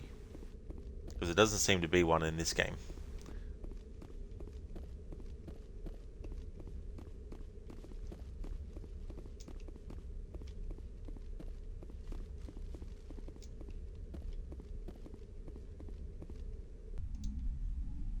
Alright, we've done that side mission part there.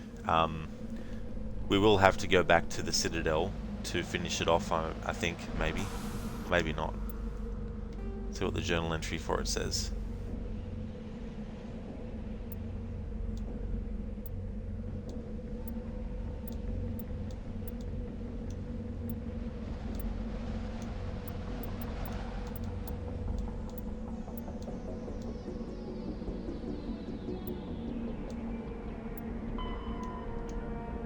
Yep.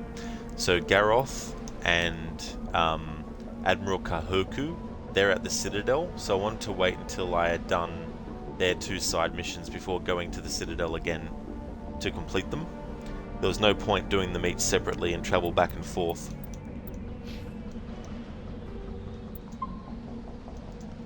Time to save, and let's go to the other 2 places.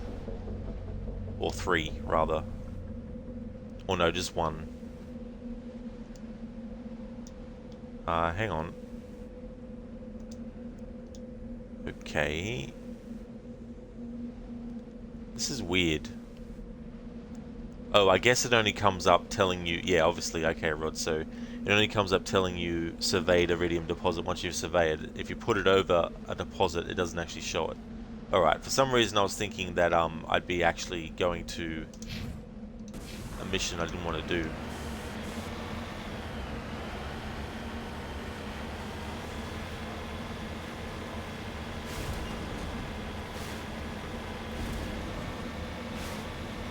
The more I think about it, with the Mass Effect trilogy, because that's what my focus is with this series, is getting the trilogy done.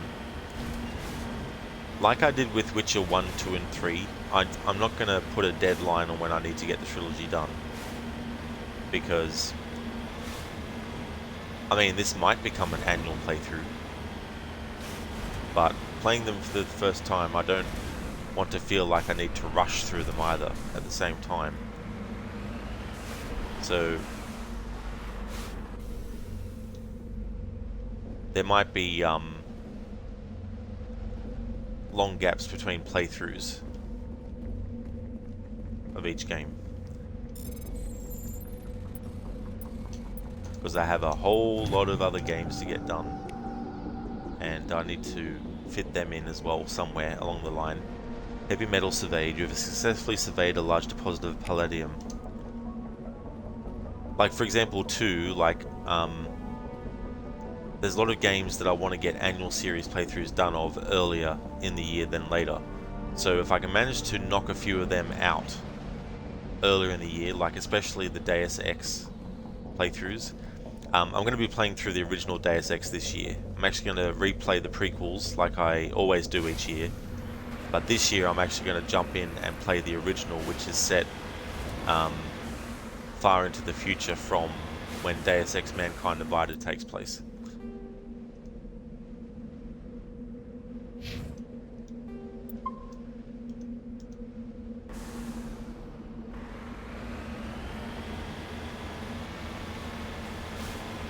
Because the other thing is, at the moment, I've got 3 days a week that I can put towards just one game at a time. And then the other days are already filled with games. Thursdays is going to be Red Dead Redemption 2 for the whole year. And my usual Tomb Raider Fridays and Assassin's Creed weekends are a yearly thing as well, so they're going to stay on those days. But Monday, Tuesday and Wednesday, for now, they're the days that I can do one game over multiple days, and then once that game's finished, replace it with the next game and so on and so forth.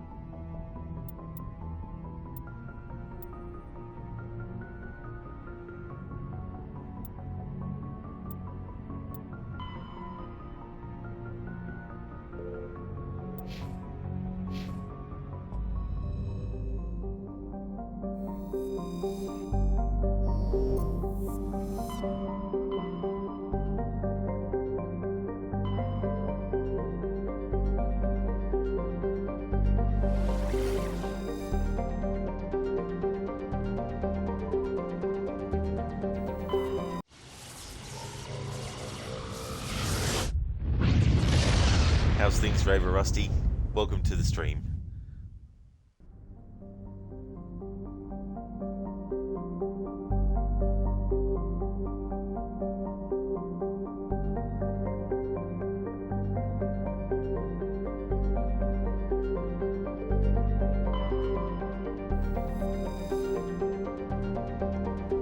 Supposedly constructed by the long-extinct Protheans, this colossal deep space station serves as the capital of the Citadel Council. Gravity is simulated through rotation and is a comfortable 1.02 standard Gs on the wards and a light 0.3 standard Gs on the Presidium ring.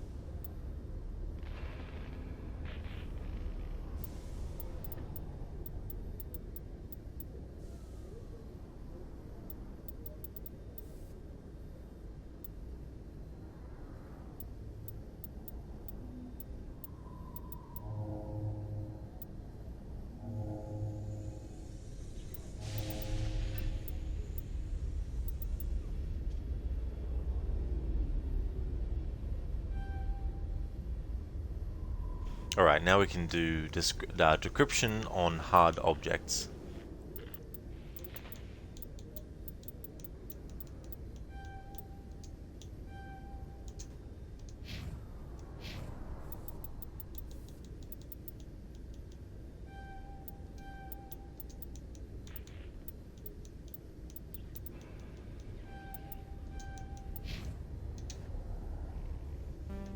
Equalizing interior pressure with exterior atmosphere.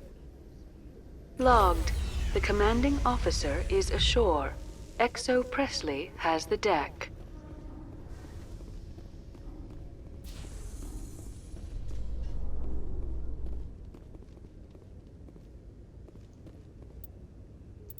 All right. The map.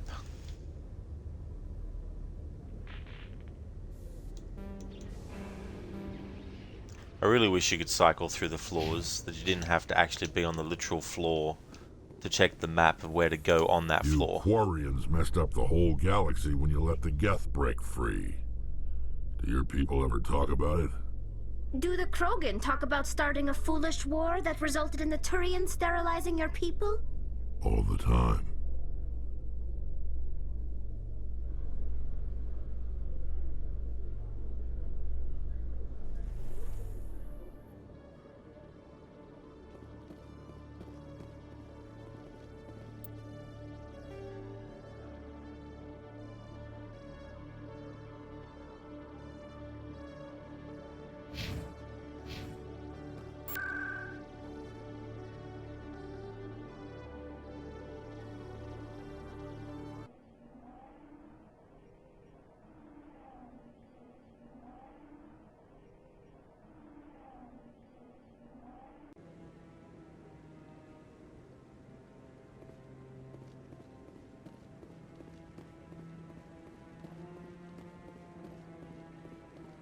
No, I'm waiting to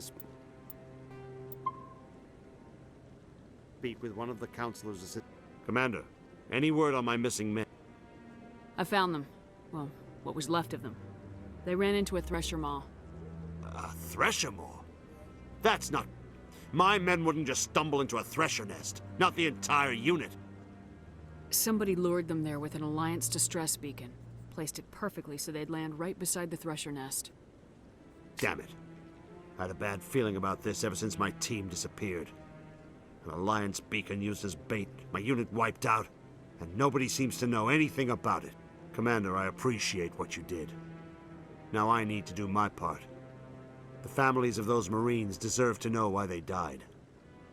Captain Anderson said you had information on Baines. Not as much as I'd like to. One of my crews found him, frozen stiff.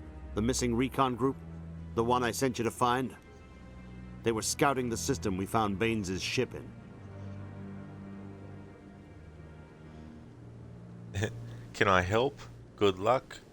We're not gonna respond with that. We're the Renegade Shepherd. We're gonna say, I missed the part where that's my problem. I don't have time for this.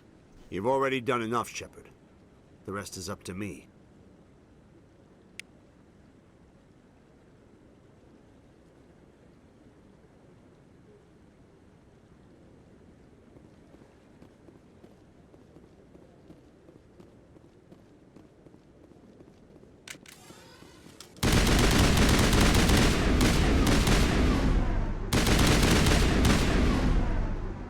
Any news? Did you find my brother yet? I found your brother's body. His ship was attacked by privateers. Willem's dead? I guess I should have expected this. When his ship dropped out of contact, I just knew. But I kept hoping he might still be alive. False hope doesn't do anybody any good. Maybe. But sometimes I think false hope is better than no hope at all. Please excuse me. I need to go make arrangements for his funeral. There we go.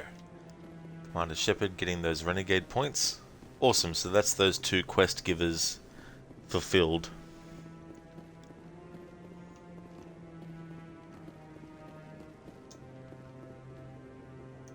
Actually, how are we going with Renegade? Oh yeah, Still have a bit to go before we even get the second segment complete.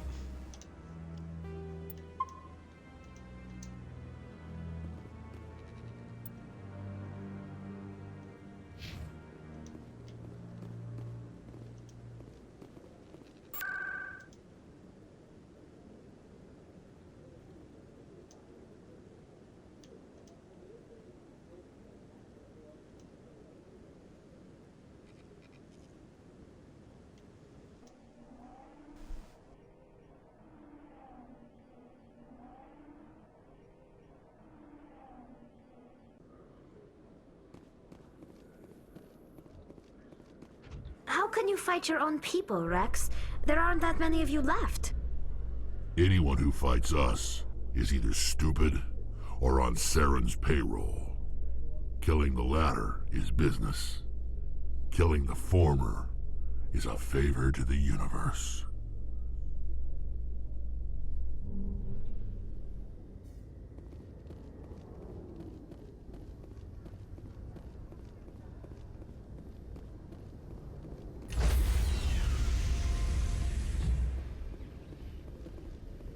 Stand by, shore party. Decontamination in progress. Logged. The commanding officer is aboard. XO Presley stands relieved. Commander, something you need? I have to go. All right, see you.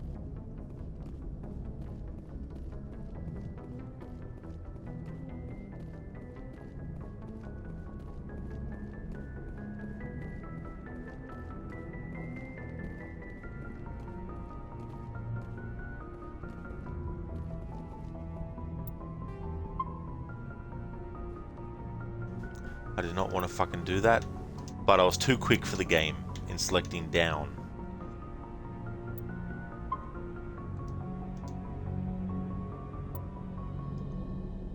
I love it when you're faster than a game at making or pressing the button required to select something and the game's like, hold on a second, what was that you wanted me to do? Oh, that's right, you want me to move down.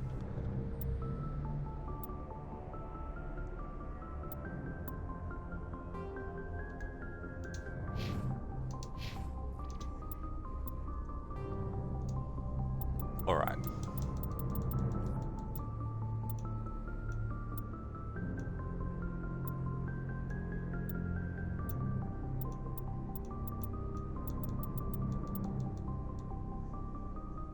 Alright, this one, Helena Blake. So we need to go to the Han system of the Gemini Sigma cluster.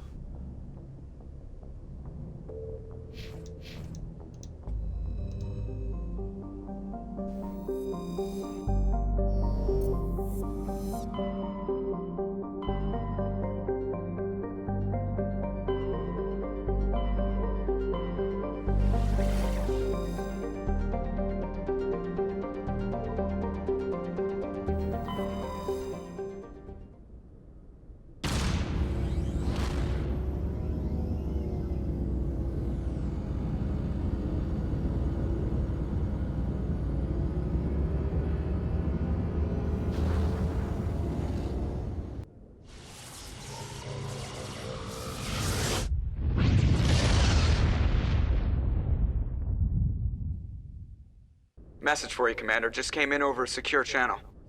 Shepard, this is Admiral Kahoku. I found out who set that trap for my men. The ones killed by the Thresher Maw. Damn, I hope you get this message. It was a group called Cerberus. An Alliance Black Ops organization. Top secret, highest level security clearance. They vanished a few months ago. Dropped right off the grid. Nobody knew where they went or what they were up to. They've gone completely rogue, Shepard. They're conducting illegal genetic experiments, trying to create some kind of super soldier.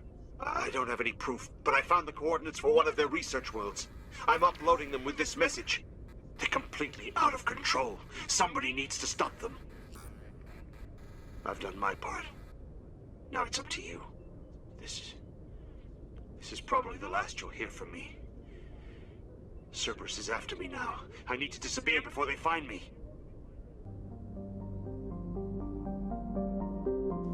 Alright. So we have that.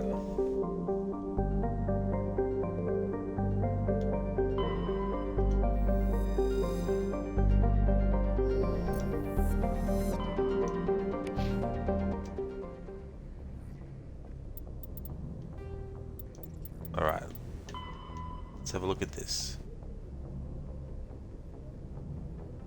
The Yangtze system in the Voyager cluster and investigate Cerberus activities on Binthu. Voyager cluster.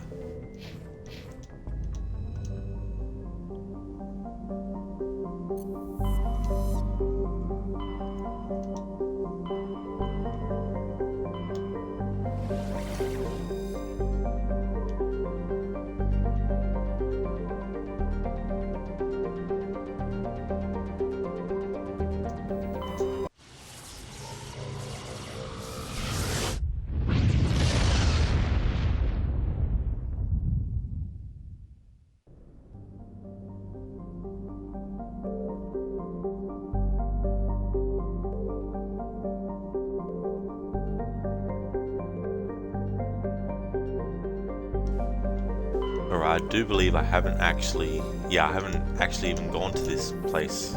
Damn it. It's a Voyager cluster. I thought I had actually gone and looked at that whole thing. Oh, maybe this didn't. No. I have been to the Voyager cluster, it's just that I could only access Amazon at that point. Now we have a new place. Yangtze, okay.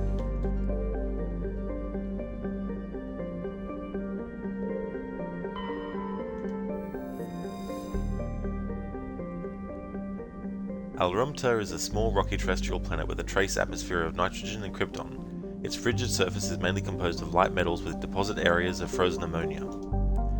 Prothean data disk recovered. You detected a weak signal coming from the far side of the planet Alrumta. Joker brought the Normandy around and your salvage team picked up a small escape pod trapped in orbit. There was a long dead Turian inside, along with a few personal items and a Prothean data disk.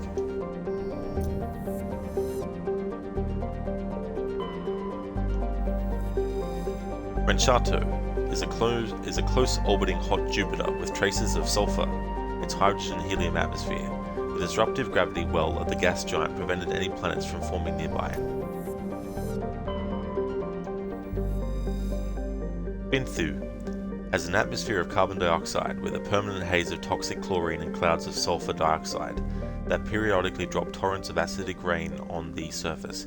Its crust is mainly composed of sulfur with deposits of calcium. Like most worlds in the Voyager cluster, Binthu has only been charted within the last 20 years by Alliance surveyors. It has no known native ecology. Data about the world is surprisingly brief and generic, painting a picture of an unpleasant and uninteresting place. Dreger is a small barren rock world with a trace atmosphere of krypton and xenon. The surface is frigid and mainly composed of silicates with deposits of magnesium, aluminum and other light metals. Dreger has a weak magnetic field, making it unsuitable for drive discharge operations. Light metal surveyed. Scans from orbit have detected a large deposit of beryllium.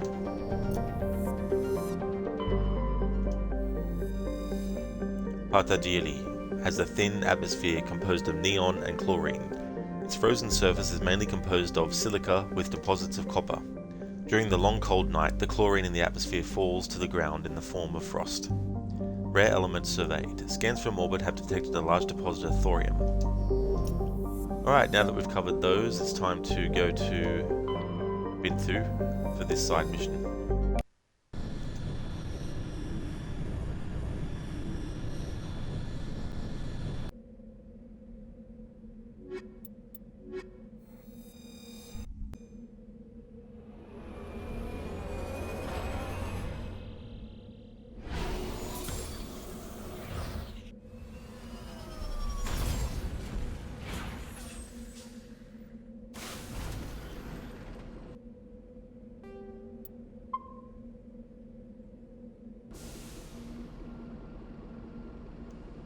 Hey ZZ. Yeah, it's funny Spider-Man 3, all those moments with Willie Maguire.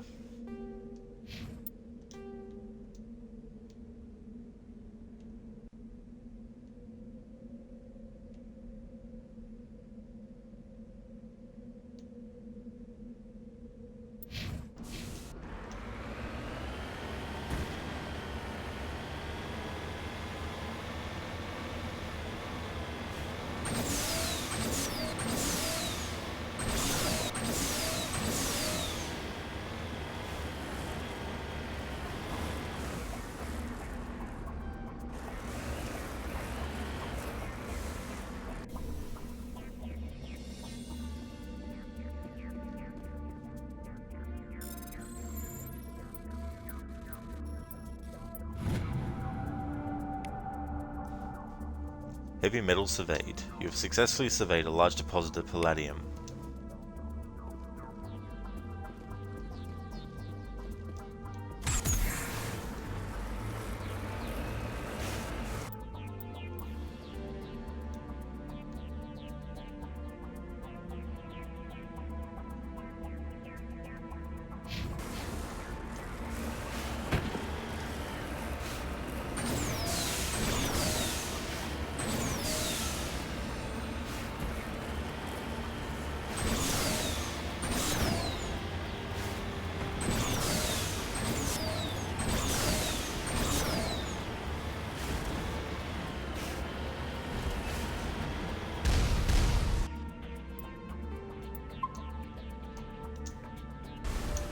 Do you remember how hyped the world was to see him, the OG Spider-Man again, even when they didn't know he was going to be in it, just because they saw Alfred Molina and presumed?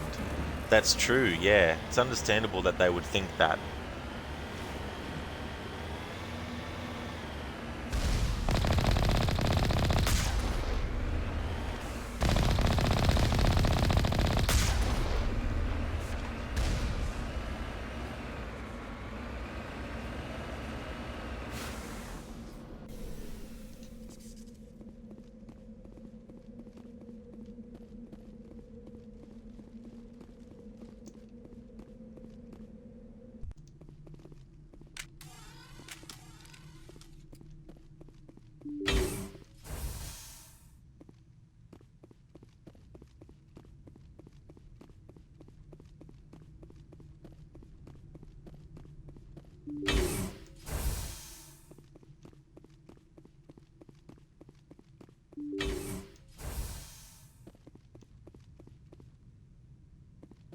Look out!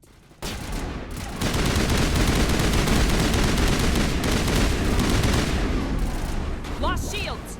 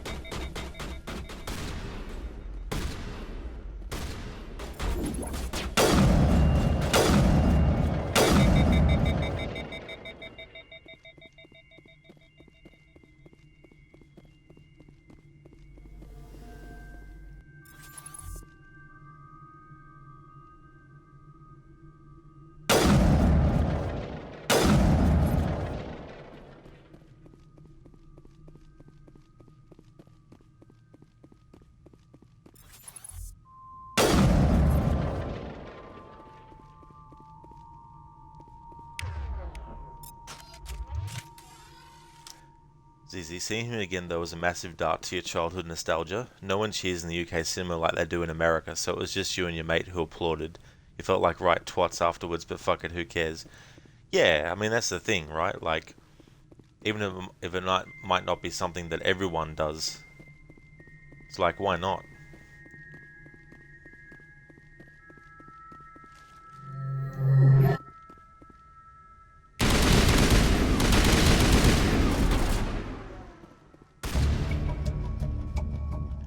You've eliminated the threat at this facility. Continue to one of the other nearby labs.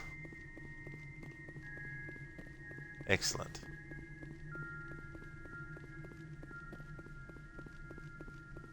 Looks like Cerberus has other bases on this world, Shepard.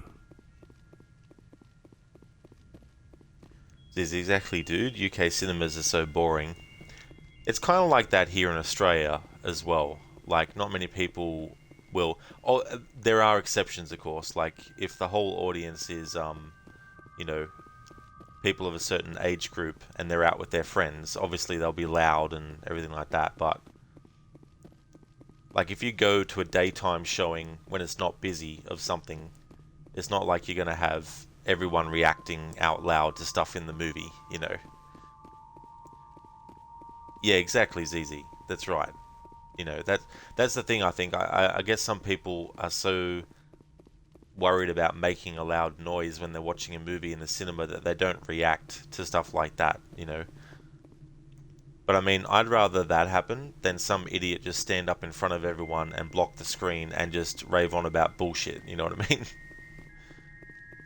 Or people who talk loudly and have a whole conversation during the whole damn movie that's not even about anything. But even still, even if it's not about anything important, just sitting in the movie theater having a whole entire conversation loudly. Like I don't mind if someone's whispering to someone stuff as the movie's going on. But yeah, if you're going to the movies just to have a conversation with someone, it's like go somewhere else to have the conversation.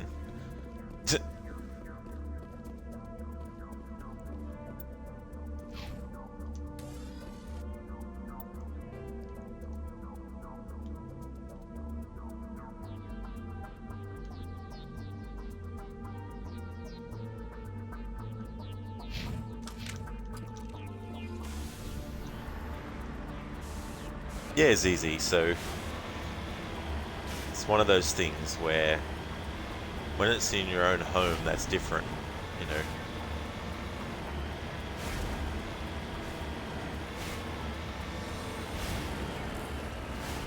ZZ, but you rarely go to the cinemas, you just had to go for that Spider-Man film because you didn't want to get spoiled. I don't blame you there too, because it's very easy now and quick for spoilers to pop up. And you don't even have to be looking up something related to that either. Something will just pop up that will actually spoil it for you as well. Or you're watching YouTube videos about something completely different, but then YouTube will throw up, due to the algorithm, a suggestion for a video that is actually a major spoiler in the title and the thumbnail. And it's like, what the fuck? Like, I don't mind if you're gonna, you know, do a video on YouTube that has a major spoiler about the movie in it, but not actually have it in the title though. But I understand why, because it's like, well, how are people gonna watch the video if they don't know what it is before they click on it? Which is understandable. That's why you put something in the tag like, you know, spoilers.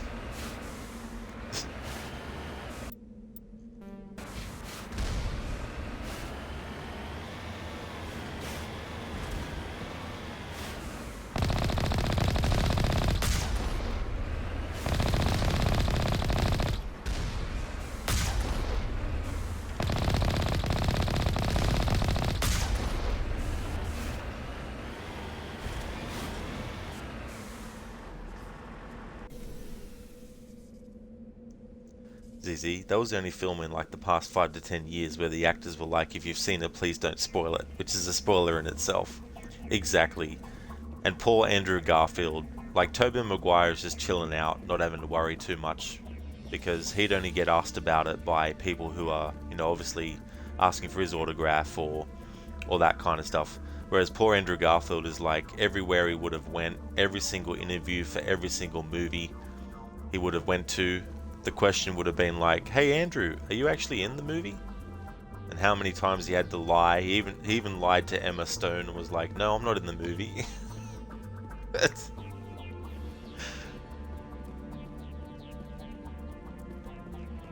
be a very, very tricky thing as well.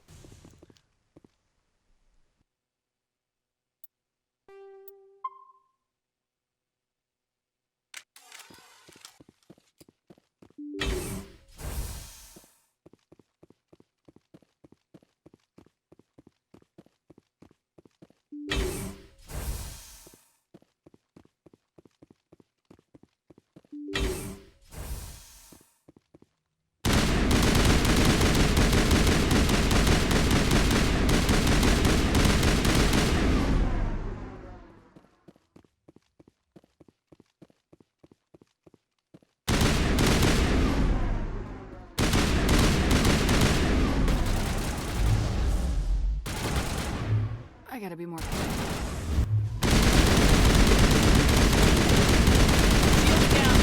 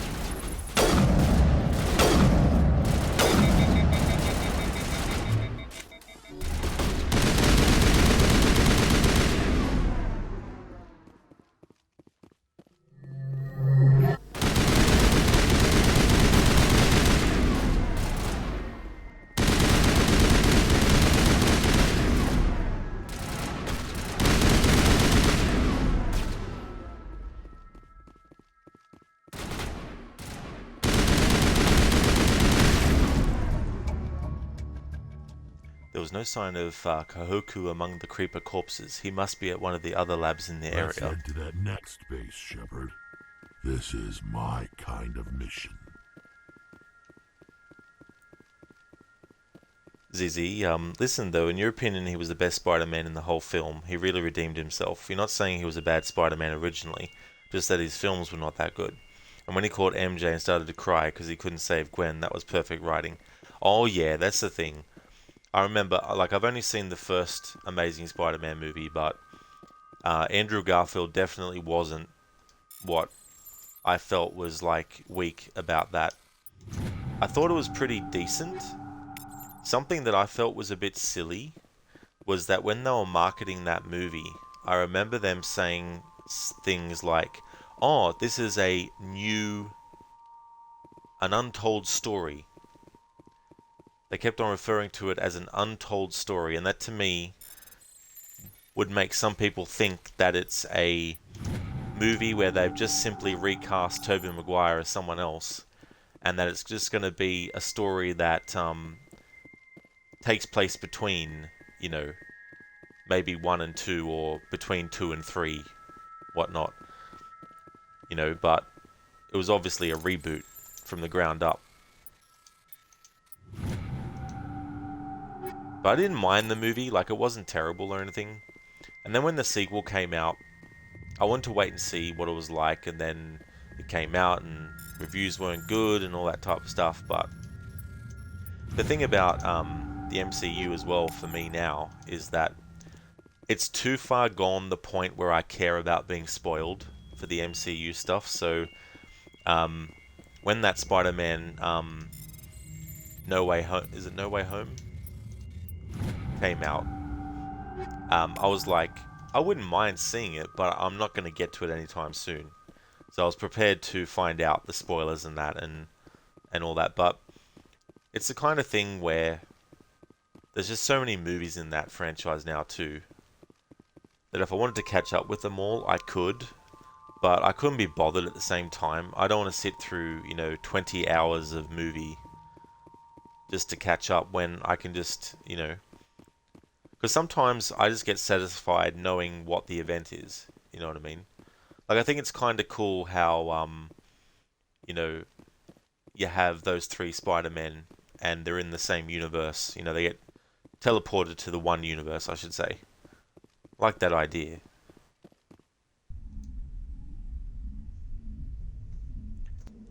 ZZ, and it was the same thing. Yeah, well, that's it, you know. Hey, Spicy Chicken. I hope things are going well. ZZ, the MCU is just an acid trip right now. Yeah. And it's one of those things too. It's really just also part of the whole long-running franchise thing. You know, the longer a franchise goes on, the more chances there are for things to start to change. Sometimes in a good way, but sometimes in a bad way. Or a silly way. Spicy Chicken, you think the MCU has too much going on right now with too many characters?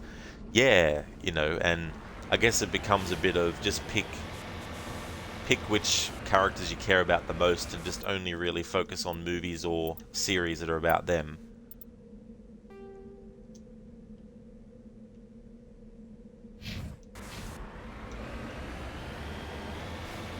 Dizzy, yeah, I get you. You really like Loki Season 1 though. It brought it all full circle. Kang will be the new Thanos, in the sense like the big cheese. Yeah. And that was the other thing too, you know, finding another big bad villain to build things towards as well.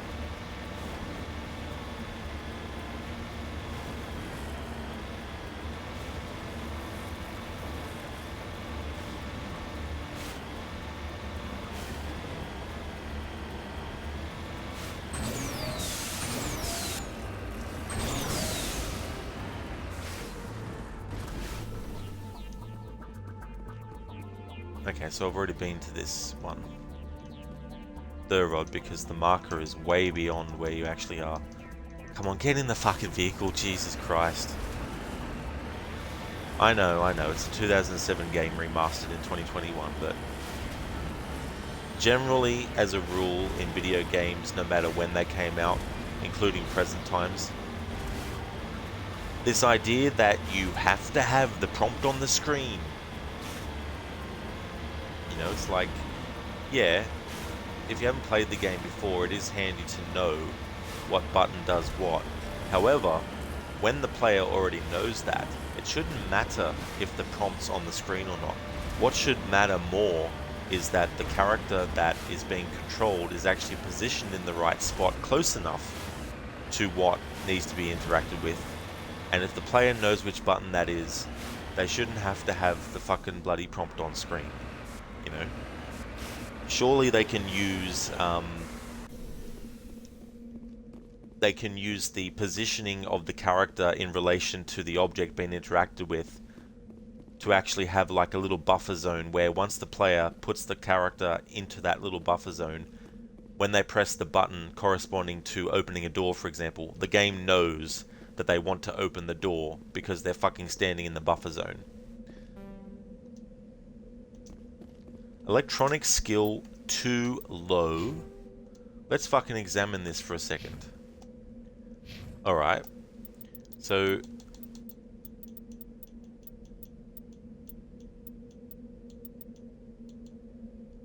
Master Sabotage can use decryption skill on hard objects. So is this item like a very hard? Like if I fulfill that in total, will that fucking change anything? Or is it that there is a character who has better potential for this? So electronic skill is too low. Okay. I've already spent the points mostly. Electronic skill. Okay. Alright, Master Overload. Alright. This makes more sense now. As to why we couldn't. So, this is another thing that I'm going to have to fucking do later. Alright, so make a note so I don't fucking forget. Return to Binthu to get the same shit that I forgot at other places where I couldn't get the encryption out. There we go. Moving on to the next spot.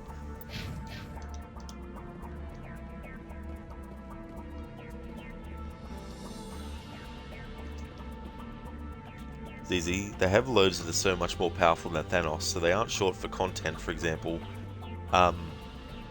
Null is the god of the symbiotes, and we have yet to see him. He should be kept for the last chapter or the Avengers whole MCU stuff instead of wasting him in some cheap Venom film like Carnage was. Yeah, and the thing about that is too, like, as long as they still make money, they'll still keep making them. So they'll never get to the point unless they start to only earn, like, you know, let's say if it's a movie coming out and they spent, you know, 20 million on it. If the movie only makes 1 million, that's when they'll be like, oh shit. And then if each movie makes $1 million and it costs 20, and they're running at a loss, then it'll be like, oh shit. And if the shows that they have don't do well, you know, sure, that can happen to any franchise. But if it keeps being successful, then they're never going to get to a point where they want to end it. At best, what they'll do is just create a different reality with the same characters, but just change things up enough to be able to do it so that it's 100%, well, not 100% fresh, but a certain percentage of freshness with it.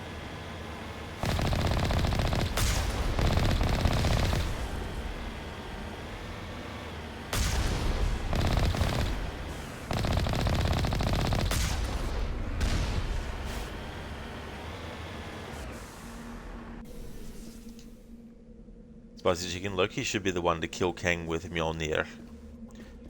Yeah, I mean, I don't know all the ins and outs of the MCU with everything that they've released, but, you know, whenever there's, like, spoilers for the MCU, I'm just curious to see what happens. And I feel for me that is good because it means I don't have to care. So if something gets introduced that is crap, I'm just like, it doesn't matter. You know, I'm not actually watching it. I'm just, you know, reading about it.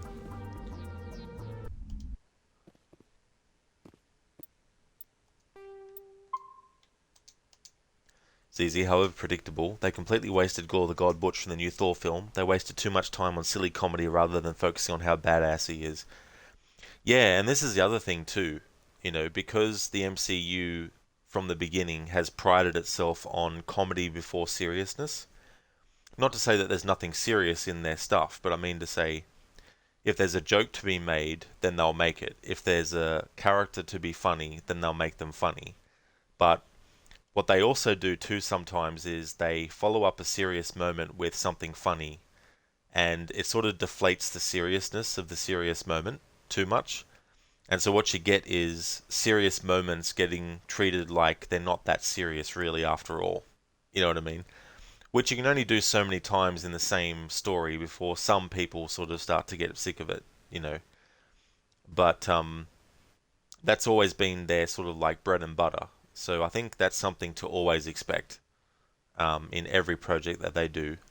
Even if they were, like, let's say they decided, hey, how about we actually do a alternate reality version of Tony Stark where we can adapt the Demon in the Bottle storyline.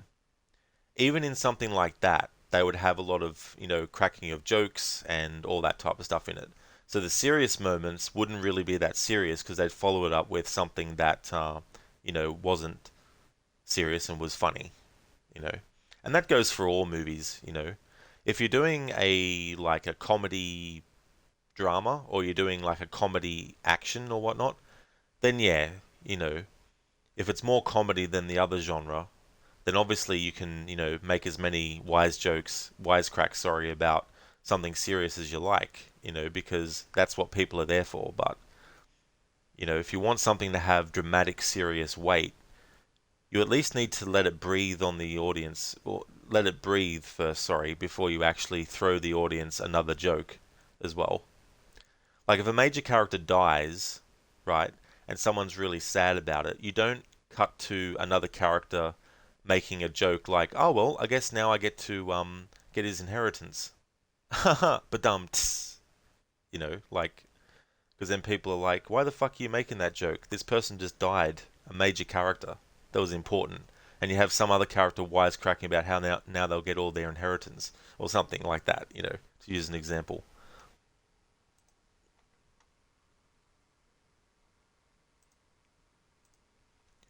Let's see, ZZ, Spicy Chicken, someone has the concept of Kang killing Thor and Loki coming to his body, threatening death upon Kang. Oh, really? Okay. ZZ, exactly. Spicy Chicken, the Mjolnir coming to Loki. Personally, you'd have Loki die there, dying a hero and going to Valhalla. ZZ, exactly, dude. You just hate it when a franchise becomes a parody of itself. Yeah, you know, and there's just so many different things now and in that series, but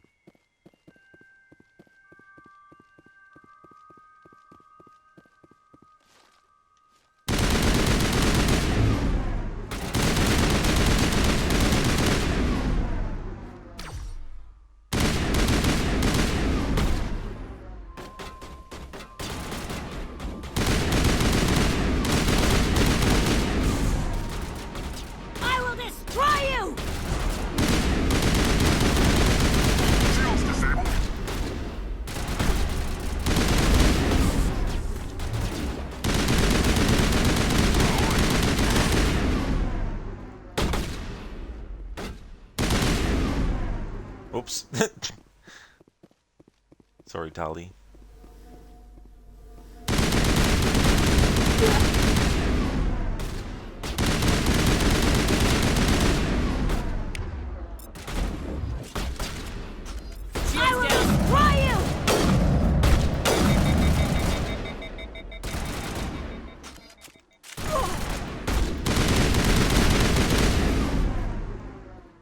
I hate enemies who are bullet sponges, but also don't react to shots as well, sometimes.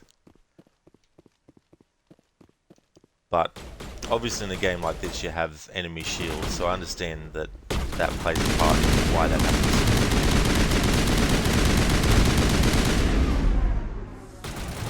You sure that doesn't happen again? Probably will, Shepard. No point saying that.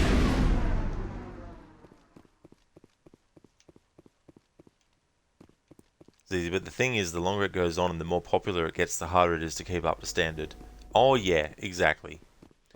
And that's what so many franchises have been going for, you know, 5, 10, 15, 20, 50 years by now.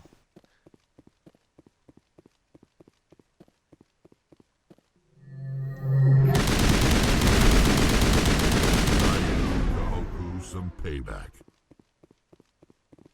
All clear. Ah, so he died. Well, Renegade Shepard is like, who gives a shit? Personally, I'm like, that sucks. But a Renegade Shepard is like, oh well, moving on. What's next?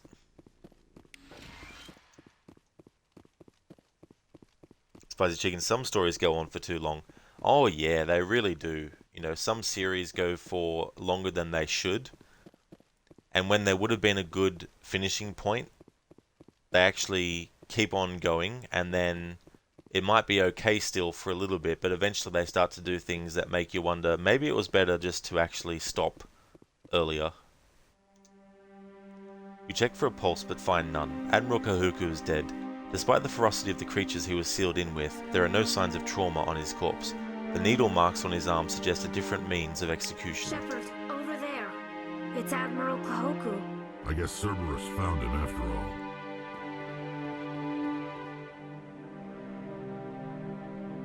Renegade Shepard be like,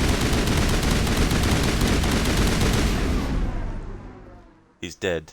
Deal with it. Let's move on.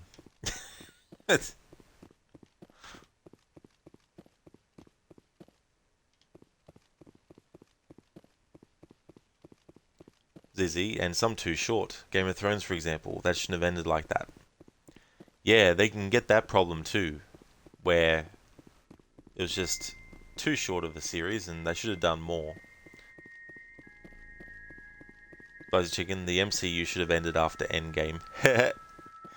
Yeah, I mean, that would have been a good sort of movie to end on, considering the title. Then again, you do have movie series where they say, they even have in the title, the final chapter. Like, Resident Evil 6, the final chapter, ultimately is because they ended up rebooting, right? But you have the Friday the 13th franchise, and there literally is a movie called Friday the 13th Part 4, the final chapter. But it wasn't.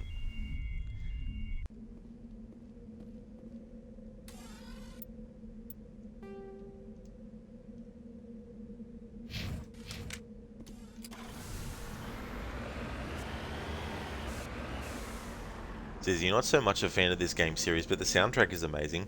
Yeah, the music in this has been really, really good. I was actually listening to some of it on loop earlier, and it was the music that plays when you're looking at the galaxy map.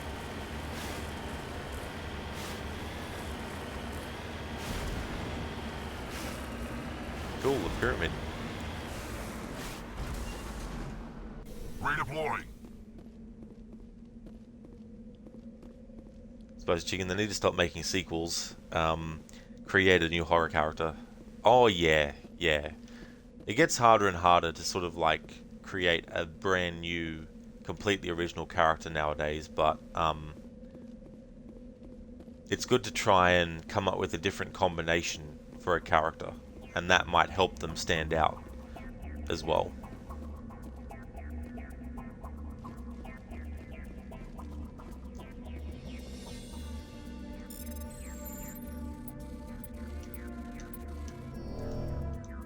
Oops.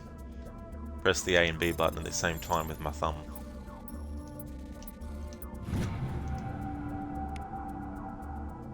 Prothean data disk recovered. There are a few children's toys and some ragged clothes stuffed inside the top of this monument, along with a Prothean data disk.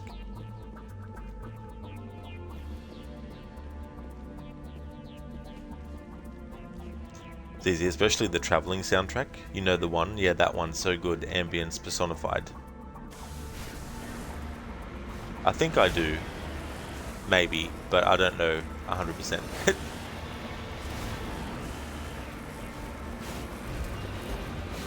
Now I gotta do this.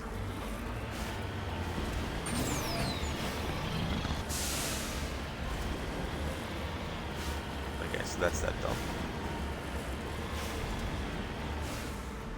Is this the one that you mean?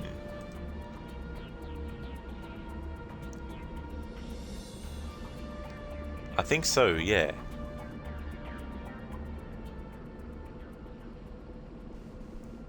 Yep, that's it. That's the one.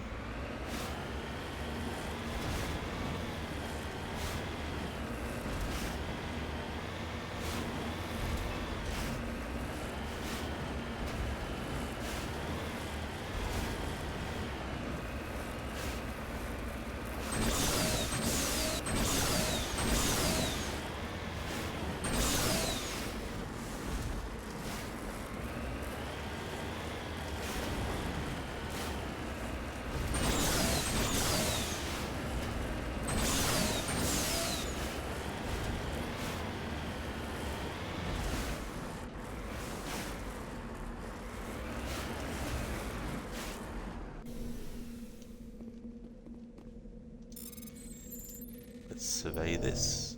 Oops, I wasn't looking.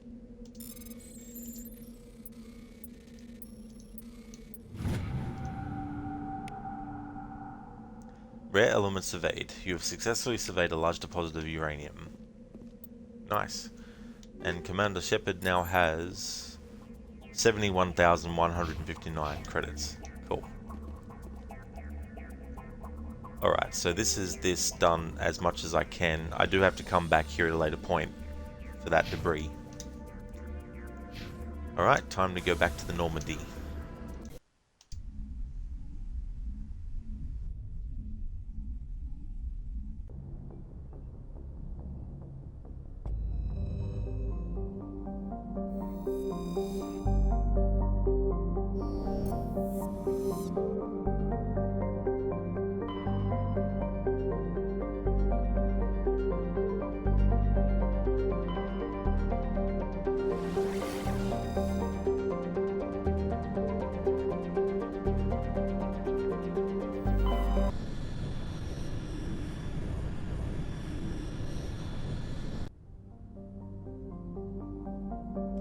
ZZ Dude deserves an Oscar for that.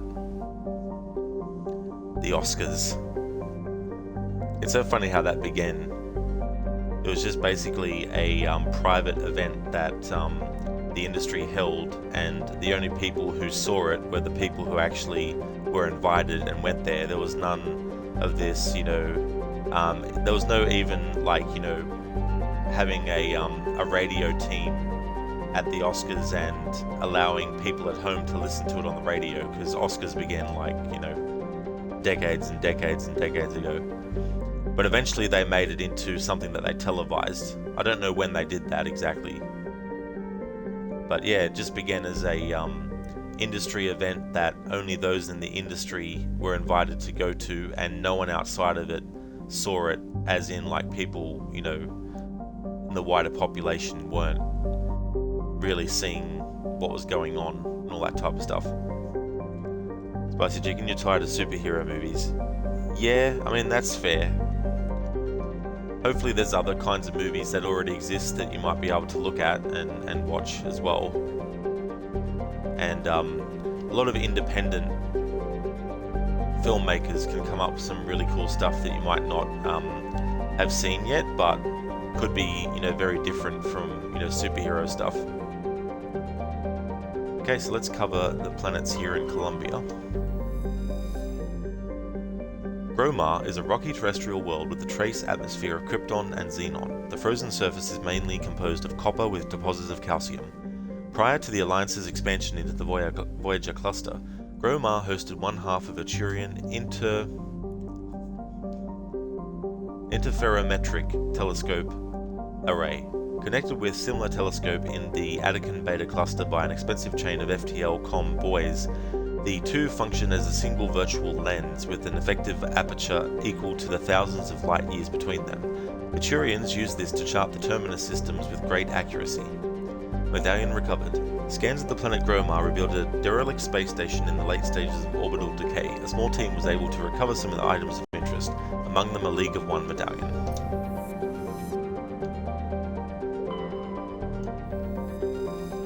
Nepheron. Nepheron is a barren, volcanic terrestrial world with an atmosphere of carbon dioxide and krypton.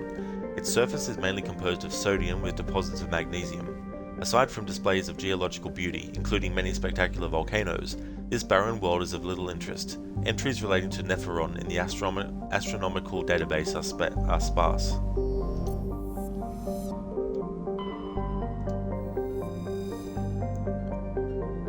Plogia is a hothouse terrestrial world with a dense atmosphere of nitrogen and sulfur dioxide.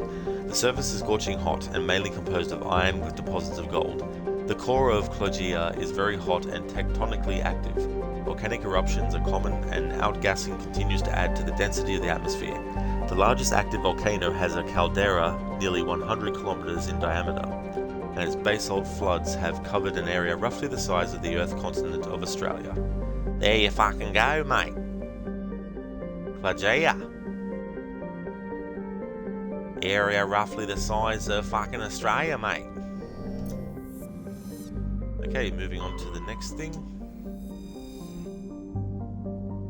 Ontaheta is an unusually large ice world with a core of silicate rock and light metals, and a trace atmosphere of krypton and xenon. The crust is mainly composed of water ice. Ontaheta's ice sheets show obvious signs of large-scale fracture and refreezing, centered on a massive crater near the South Pole.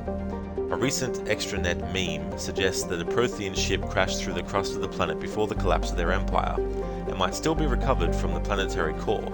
This is purportedly the source of the planet's unusually high mass. Careful mapping of Ontaheta's gravity field by orbiting satellites have proved that the planetary core is entirely normal. Rare elements surveyed. While scanning this planet, you detected a deposit of samarium. Spicy Chicken, you've been watching YouTube all day lately, but you enjoy films like Blade Runner, Reminisce, and Bullet Train. Oh, that's cool, Spicy Chicken, yeah. Yeah, so you like a lot of, sci-fi kind of stuff as well. Did you ever see that movie, and they made a series of it later, but they did a movie first, that is called Snowpiercer?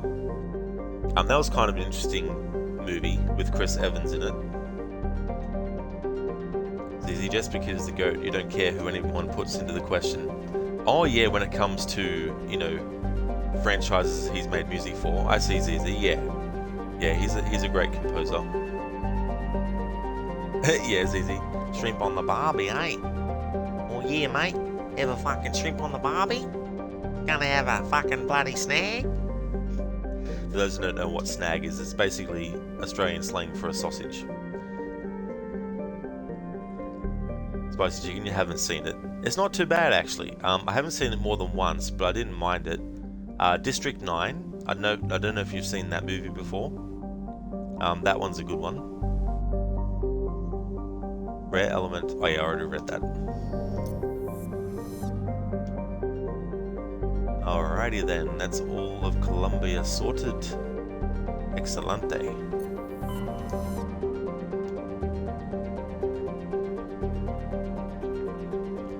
And that is those planets of the Voyager cluster that are currently visible, I should add, that have been covered now.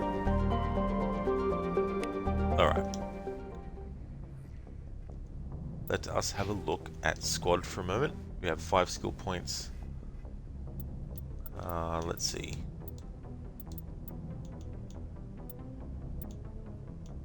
Combat armor. I should actually increase that for Shepard.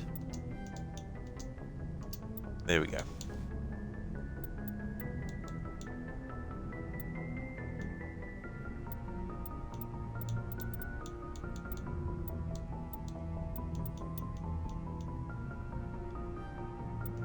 That'll be good to get 2. I don't like seeing 0 with skill points, so we'll hold off on putting any more for Shepard.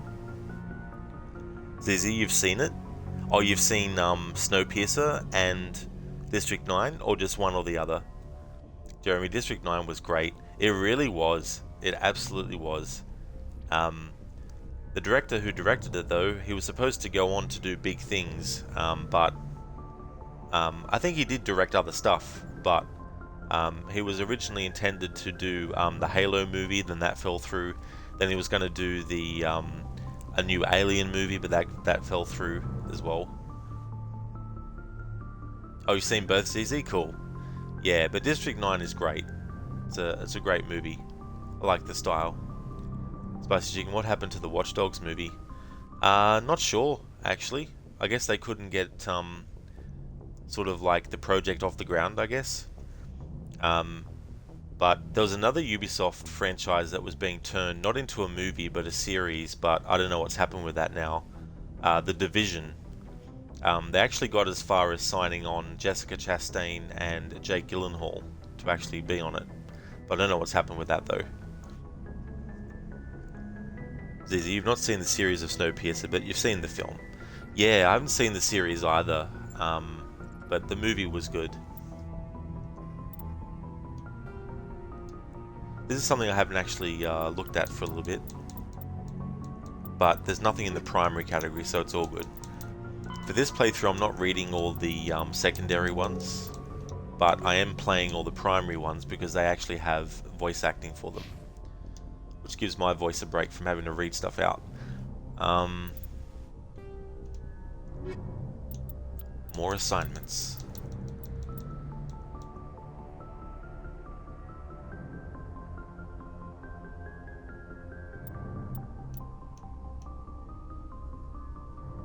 Alright, so I've got all the gases sorted out for this. That's cool. Light metals halfway there, 10 out of 20. Heavy metals 5 out of 20, and rare earths 9 out of 20. 5 Asari writings. We've got some more Turian emblems since the last time I checked.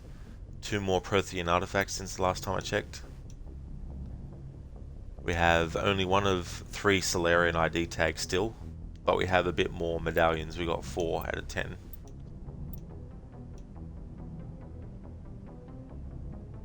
See, they shouldn't do a Watch Dogs film until they make up for the travesty, or if you like, disappointment that was the Assassin's Creed movie. Yeah, who knows what the future holds for that stuff. For now, there's still that Netflix project, but who knows when that will be finished.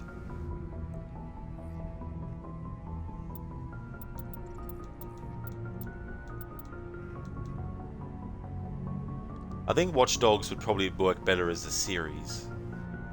That way you could have, you know, you could have like,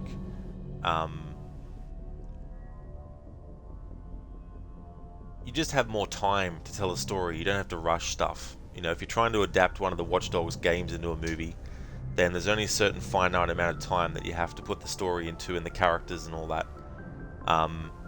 But if they were to do a Watch Dogs movie, it should be made from an original story. Don't actually adapt one of the games, but just basically go, right, let's actually do a movie that is a Watch Dogs movie set in the same universe. We'll definitely reference events that have happened in the games, but as far as the story is concerned, the main focus is a brand new story that's been written for the movie, you know. But a series would be better overall though.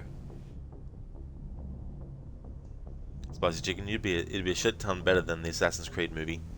Yeah, I liked it enough to rewatch it, but there's definitely problems with it.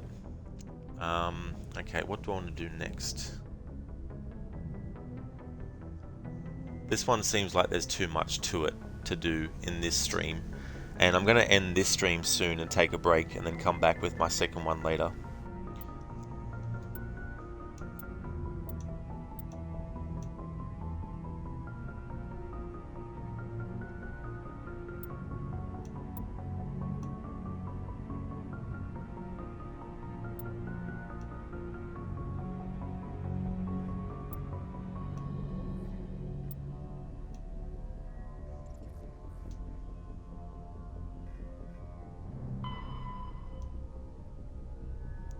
Alright, so we may as well finish off this storyline here.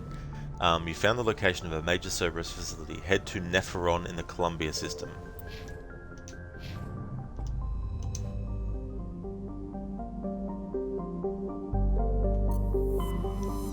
Oops, I'm already in there. There we go. Cool, that worked out well.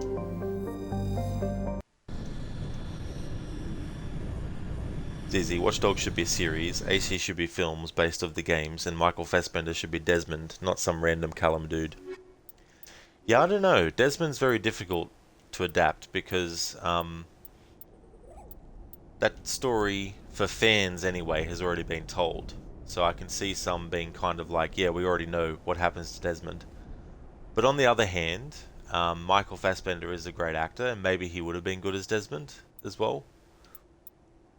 But I don't know.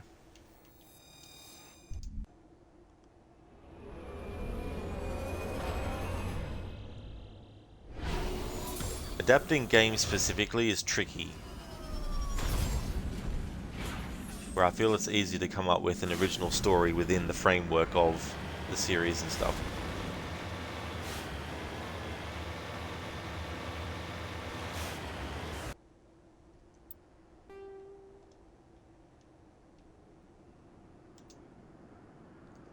ZZ, he would be sick, but it's kind of pointless now. Yeah. I think overall, like, I think series eventually is going to get to the point where it overtakes movies in terms of, like, people who are invested in going to see it, you know what I mean? I just think eventually that will happen. It might not be this year or next year or 10 years time, but eventually I think movies will be a rare thing, just a once in a blue moon kind of like thing. It's like, oh yeah, we'll just release, 10 movies a year, and then that'll be it.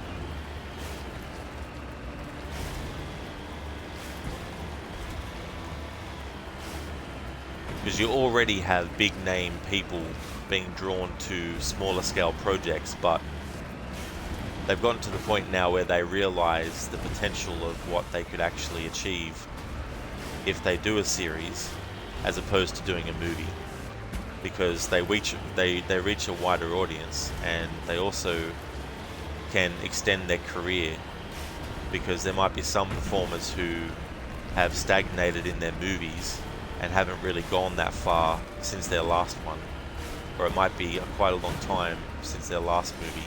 So doing a series allows them to get more exposure again in a format that is longer form, which could then extend the amount of time that exposure happens. So it's understandable that we have a lot more big name people actually doing series now, as opposed to them just solely focusing mainly on movies, and if they were going to appear in a series, it would be a cameo appearance, not an actual fully fledged character that's part of the series narrative structure and a main character, for example.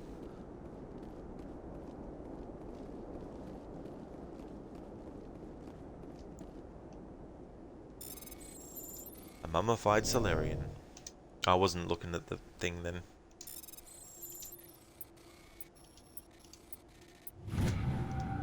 There we go. ID tag recovered. This Cerberus soldier had an identification tag for Captain Varsinth, one of the Solarian soldiers responsible for capturing the League of One. It's unclear how he came into possession of this relic.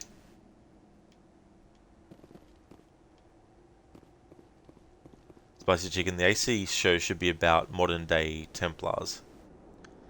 Yeah, I think that could work, but it'd be a very small kind of like audience that would probably want that. And that's the other thing about a series too, is that you'll have people that only specifically want one aspect of the franchise in a series or movie. They don't want to see stuff that they might not care for in the source material. In terms of stories in present day for Assassin's Creed, whether it would be for a series or a movie or whatnot, I always thought it would be interesting for a present day assassin to be assigned the task of infiltrating the archives of various Templar buildings and finding out secret information that only the Templars know, that they've actually kept from the assassins, but also the wider public as well.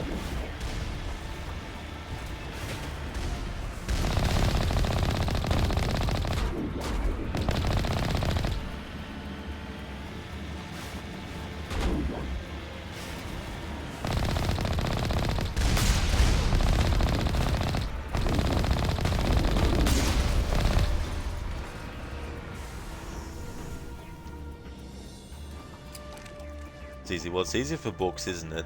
Because with games they've seen it visually. Exactly, you know, and while people do form their own visions of what a character looks like in their mind,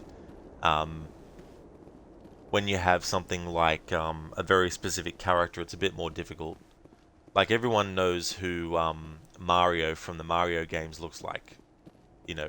So it's very hard to get people to visualize a very different Mario that's not the same.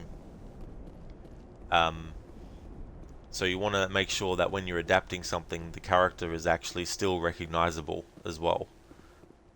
And sometimes, depending on who you cast, that recognizability or that recognition suffers, because you're like, I can't see this character for what they potentially could have been, because all I'm seeing is Tom Cruise in the role. I'm not seeing the actual character he's playing. Spicy Chicken, you'd rather have the movies. That's fair enough, yeah. Hey there, Drake. I hope things are going well. You're gonna make the galaxy great again with Rod. Welcome, Drake. One planet at a time. Jeremy, the Division movie is still in the works, is it? Yeah, I never actually played the game, so my investment in it isn't that much, but it is interesting to know that they're still going ahead with it. Spicy Chicken, or maybe the show could be divided into two storylines, both Templar focused, every other episode is in the past or something like that. Yeah, I think that would be a good way to balance it, I think. And have some episodes where the present day story is just the prologue, but then the rest of the episode is set in the past.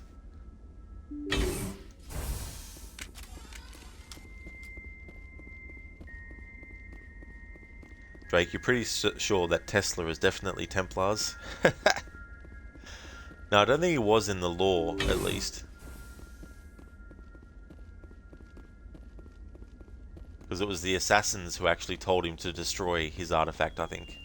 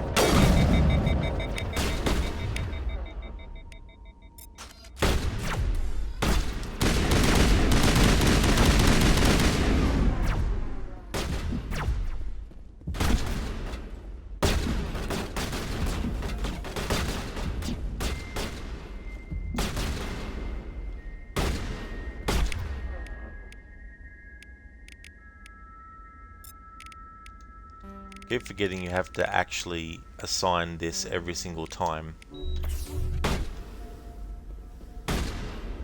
Because I had that selected for Shepard yesterday's stream, but it wasn't then.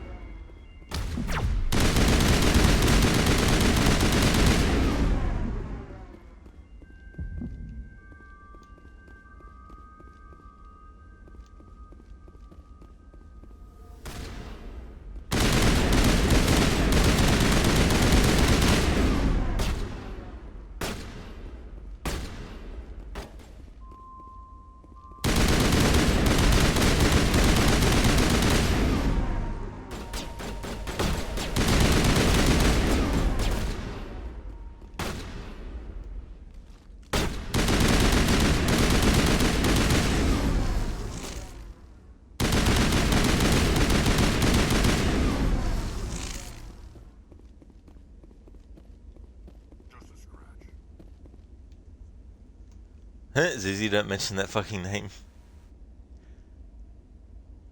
Sometimes, when I'm trying to understand a person's motives, I play a little game. I assume the worst.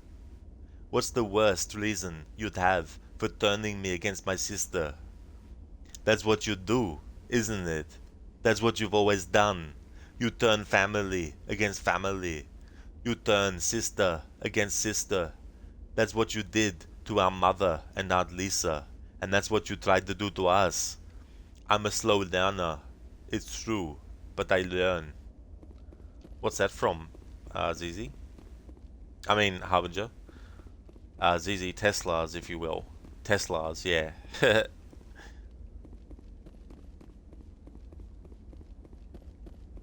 It's from that, is it, Harbinger?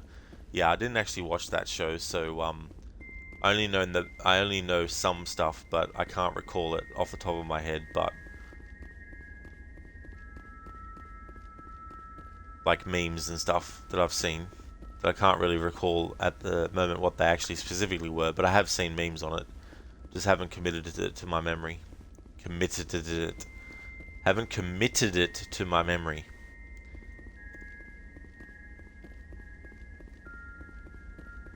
I'm messing up my words so often in this stream, you would think I'm actually a robot that has to get its vocabulary systems checked and updated to make sure it's actually pronouncing things properly.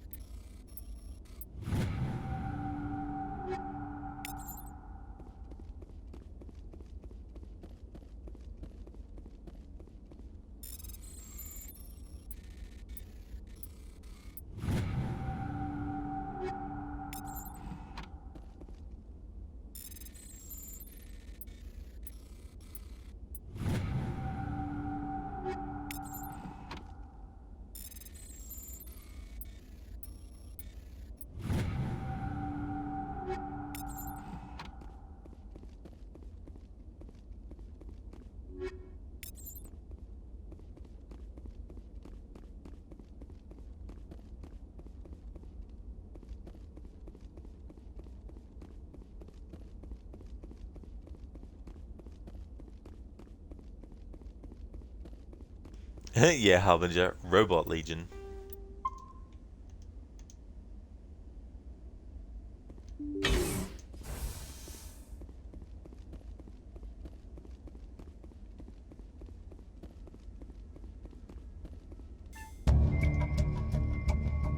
You cautiously press a few buttons and an alarm chimes. The optical database is flashing itself.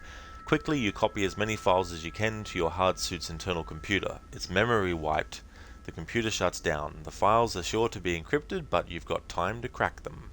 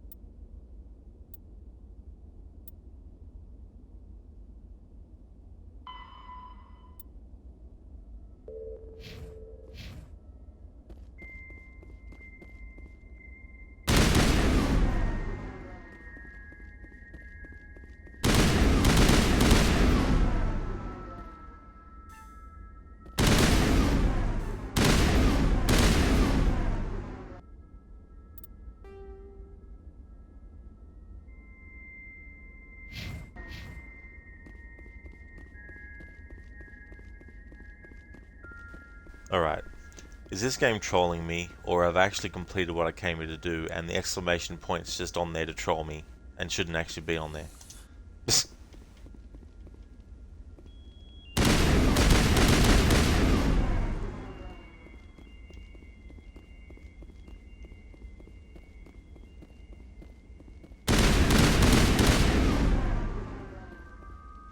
Which is annoying in games, because logically, why would the player in the first place want to go to that exclamation mark?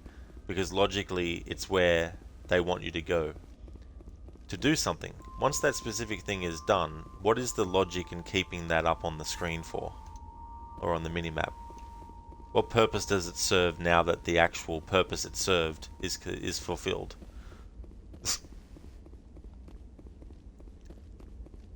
There's just some things that makes you wonder why is it done that way?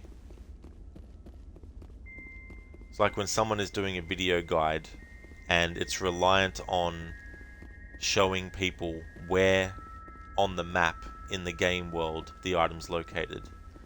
But instead of actually showing in the video the map screen and then moving the cursor over where the item is, and then cutting to the gameplay of them in the area where it is and then collecting it, they instead just cut straight to them in the area where they collected it, and then they pick it up and then the next item, so on and so forth, rinse and repeat.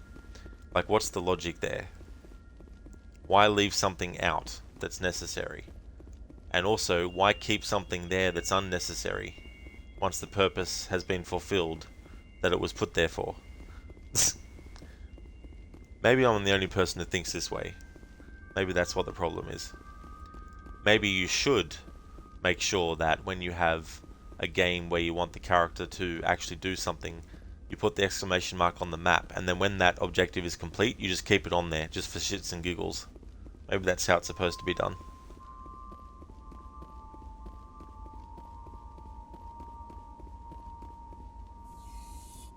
Close. Open. Shoot. Close. Spam open while shooting and it won't open. Until that happens.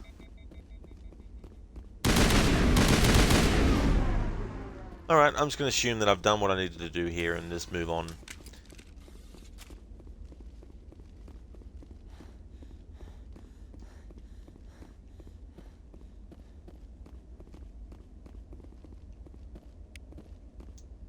I missed that before.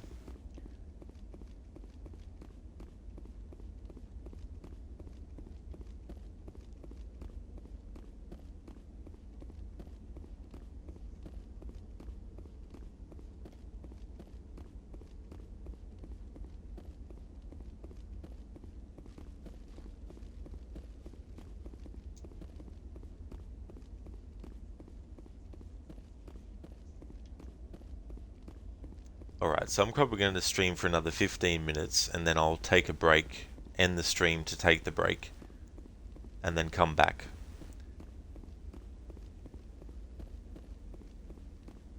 Because there's some things that I need to do and want to do during that break, so I'll need longer than an hour.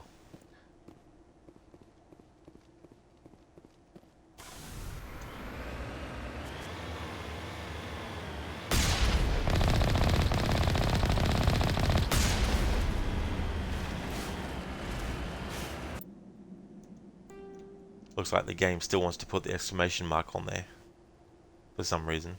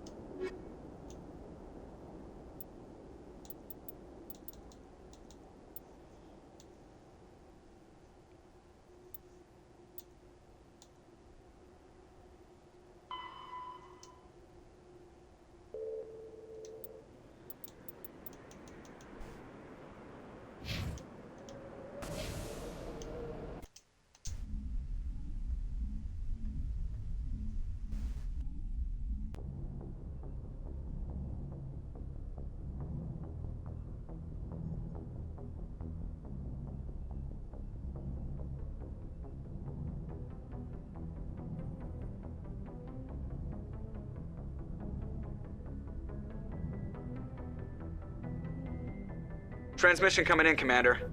I think you're gonna want to hear this one. Greetings, Commander Shepard. I represent a party interested in obtaining information on Cerberus activities. If you know something about Cerberus, you better tell me. I suspect I know less about Cerberus than you do. I am merely an agent for the Shadow Broker. You see, Admiral Kahoku contacted my employer looking for information on the location of any Cerberus facilities. We provided that information on the promise that he would turn over copies of all files gathered from the Cerberus systems to us. Did you have anything to do with Admiral Kahoku ending up dead? We had no reason to harm him. He was going to provide us with information about Cerberus. Information that is now in your possession. You must have some connection to Cerberus. How else could you tell Kahoku where to find them? Information is our business, Commander. Through our contacts, we were able to determine that the Cerberus group was active in the Voyager cluster. Unfortunately, that was all we were able to find out. That is why we are so interested in acquiring copies of the files from you. You bet your ass that Renegade Shepard's gonna be like, what's in it for me, huh? What do I get out of it? Your deal died with Kahoku. Why should I help you? The Alliance is just going to file this information away in some archive, but no secret stays hidden forever. Eventually, someone somewhere will deliver it into our hands. Might as well be you. Transmit the files to us and you will be well compensated. What are you gonna do with this information? Information is a commodity. It can be bought, sold, or traded. Why my employer desires this information is not my concern. I am only the buyer. I'll transmit the files. I knew you were a reasonable woman, Commander. My employer will remember this the next time you need something from us.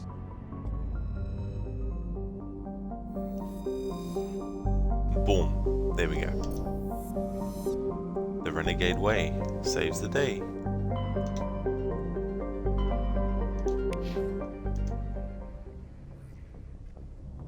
Renegade plus 9 points. Excellent. And now Shepard's money is up to 86,669. Alright, let's have a look and see what we might have gotten that could be better than what I've got.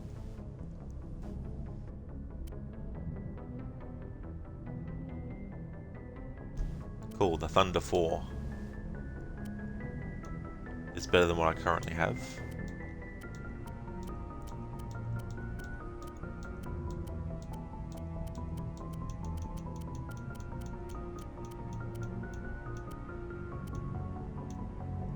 Thunder 4. So I go from 170 damage per second to 234. Heatsink capacity seconds from 4.6 to 6.8 and accuracy rating from 15 to 30.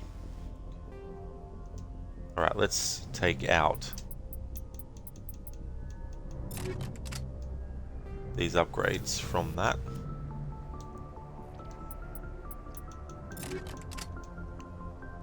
And swap it out for the Thunder 4.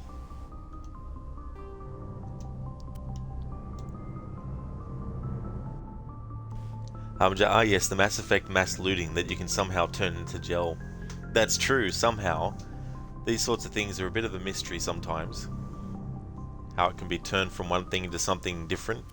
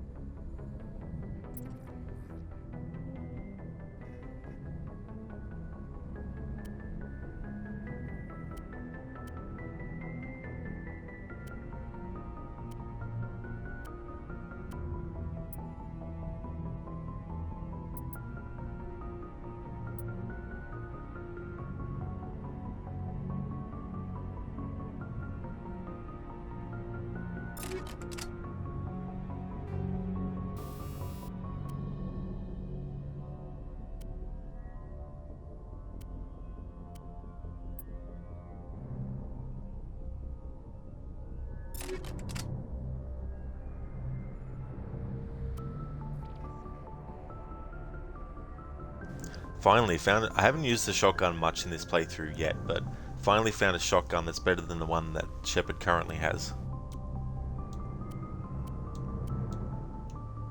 Tornado 4. Firestorm. Damage per second, 194. 160. Yep. 4.4. 6.3. Accuracy 77. Accuracy 72.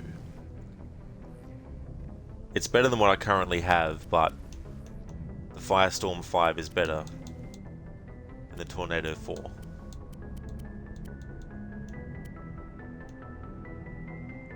Storm 3, 122, 160, 194. Yep. Alright, so let's look at Storm 1. Nothing's in there, so that's good. So let's replace that with the Firestorm 5.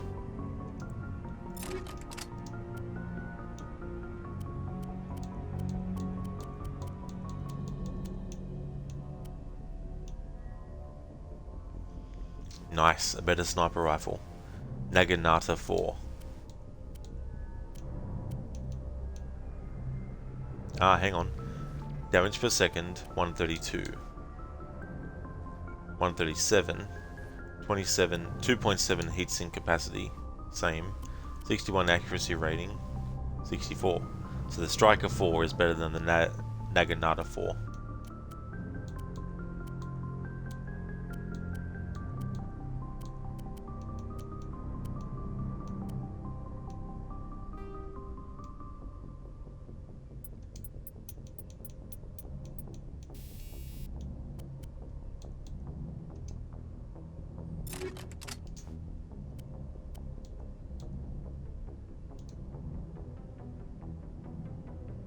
Oh, you can do this, can you? Oh, that's good. Oh, that is good. For some reason I had it in my mind that I needed to actually take off the upgrades before I actually switched to make sure it could carry from one to the next. But that's cool that it actually asks you and does it automatically. That's cool.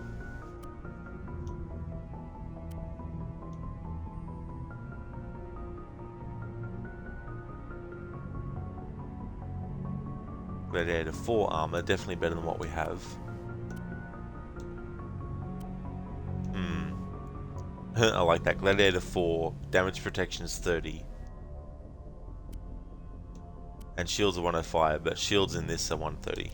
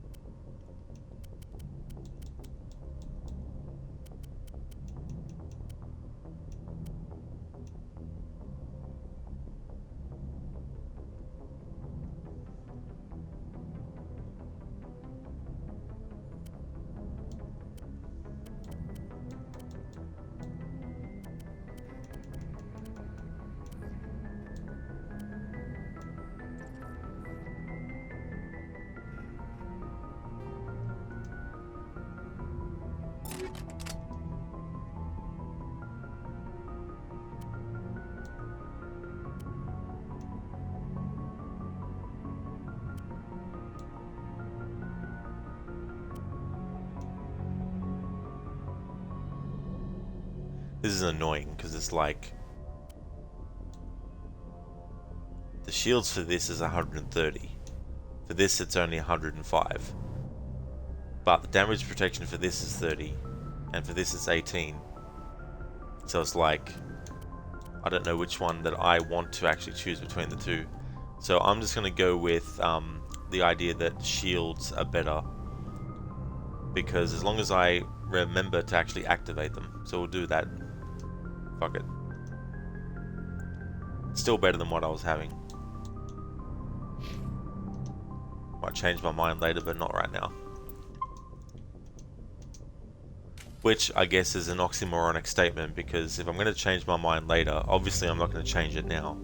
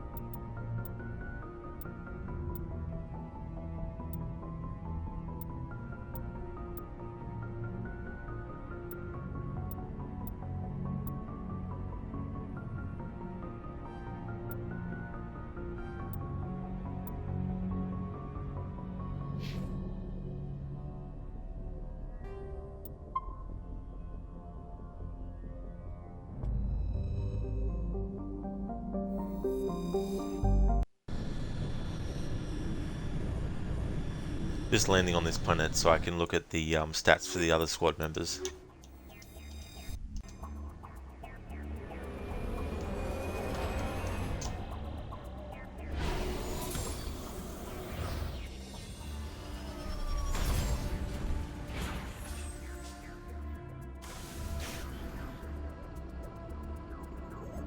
Achievement unlocked. Medal of Exploration 3. Land on 8 uncharted worlds. Nice.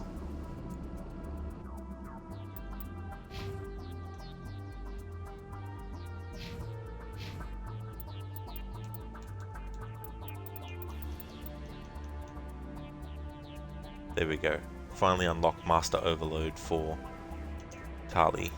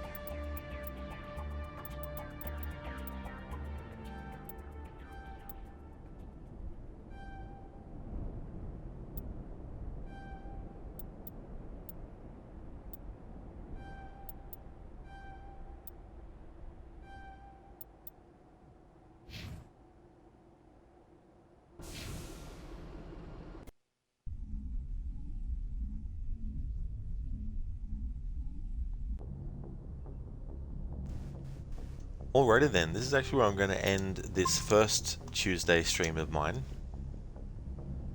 I will be back in 2 hours time, so I'm going to take a really long break between this stream ending and the next stream starting. Obviously those who can't make it back in 2 hours time, that's definitely understandable and completely fine. Thank you so much for watching this stream. You'll definitely find my second stream today in the past broadcasts. But if you see me streaming this again, you definitely know it's still Tuesday, but it could also be Wednesday, because this is my Wednesday game as well. But in any case, I'll be back in 2 hours time with more Mass Effect. I hope that everyone has a good one. Thanks for watching, and hope to catch you in another stream.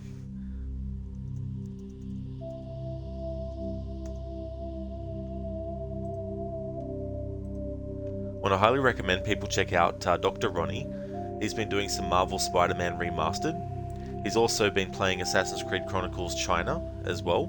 He's actually a scientist in real life. He's working in the field of regenerative medicine. So he's working on things to cure Parkinson's, but also things like MS. And speaking of MS, he's also doing some charity stuff to raise money in the fight against MS as well.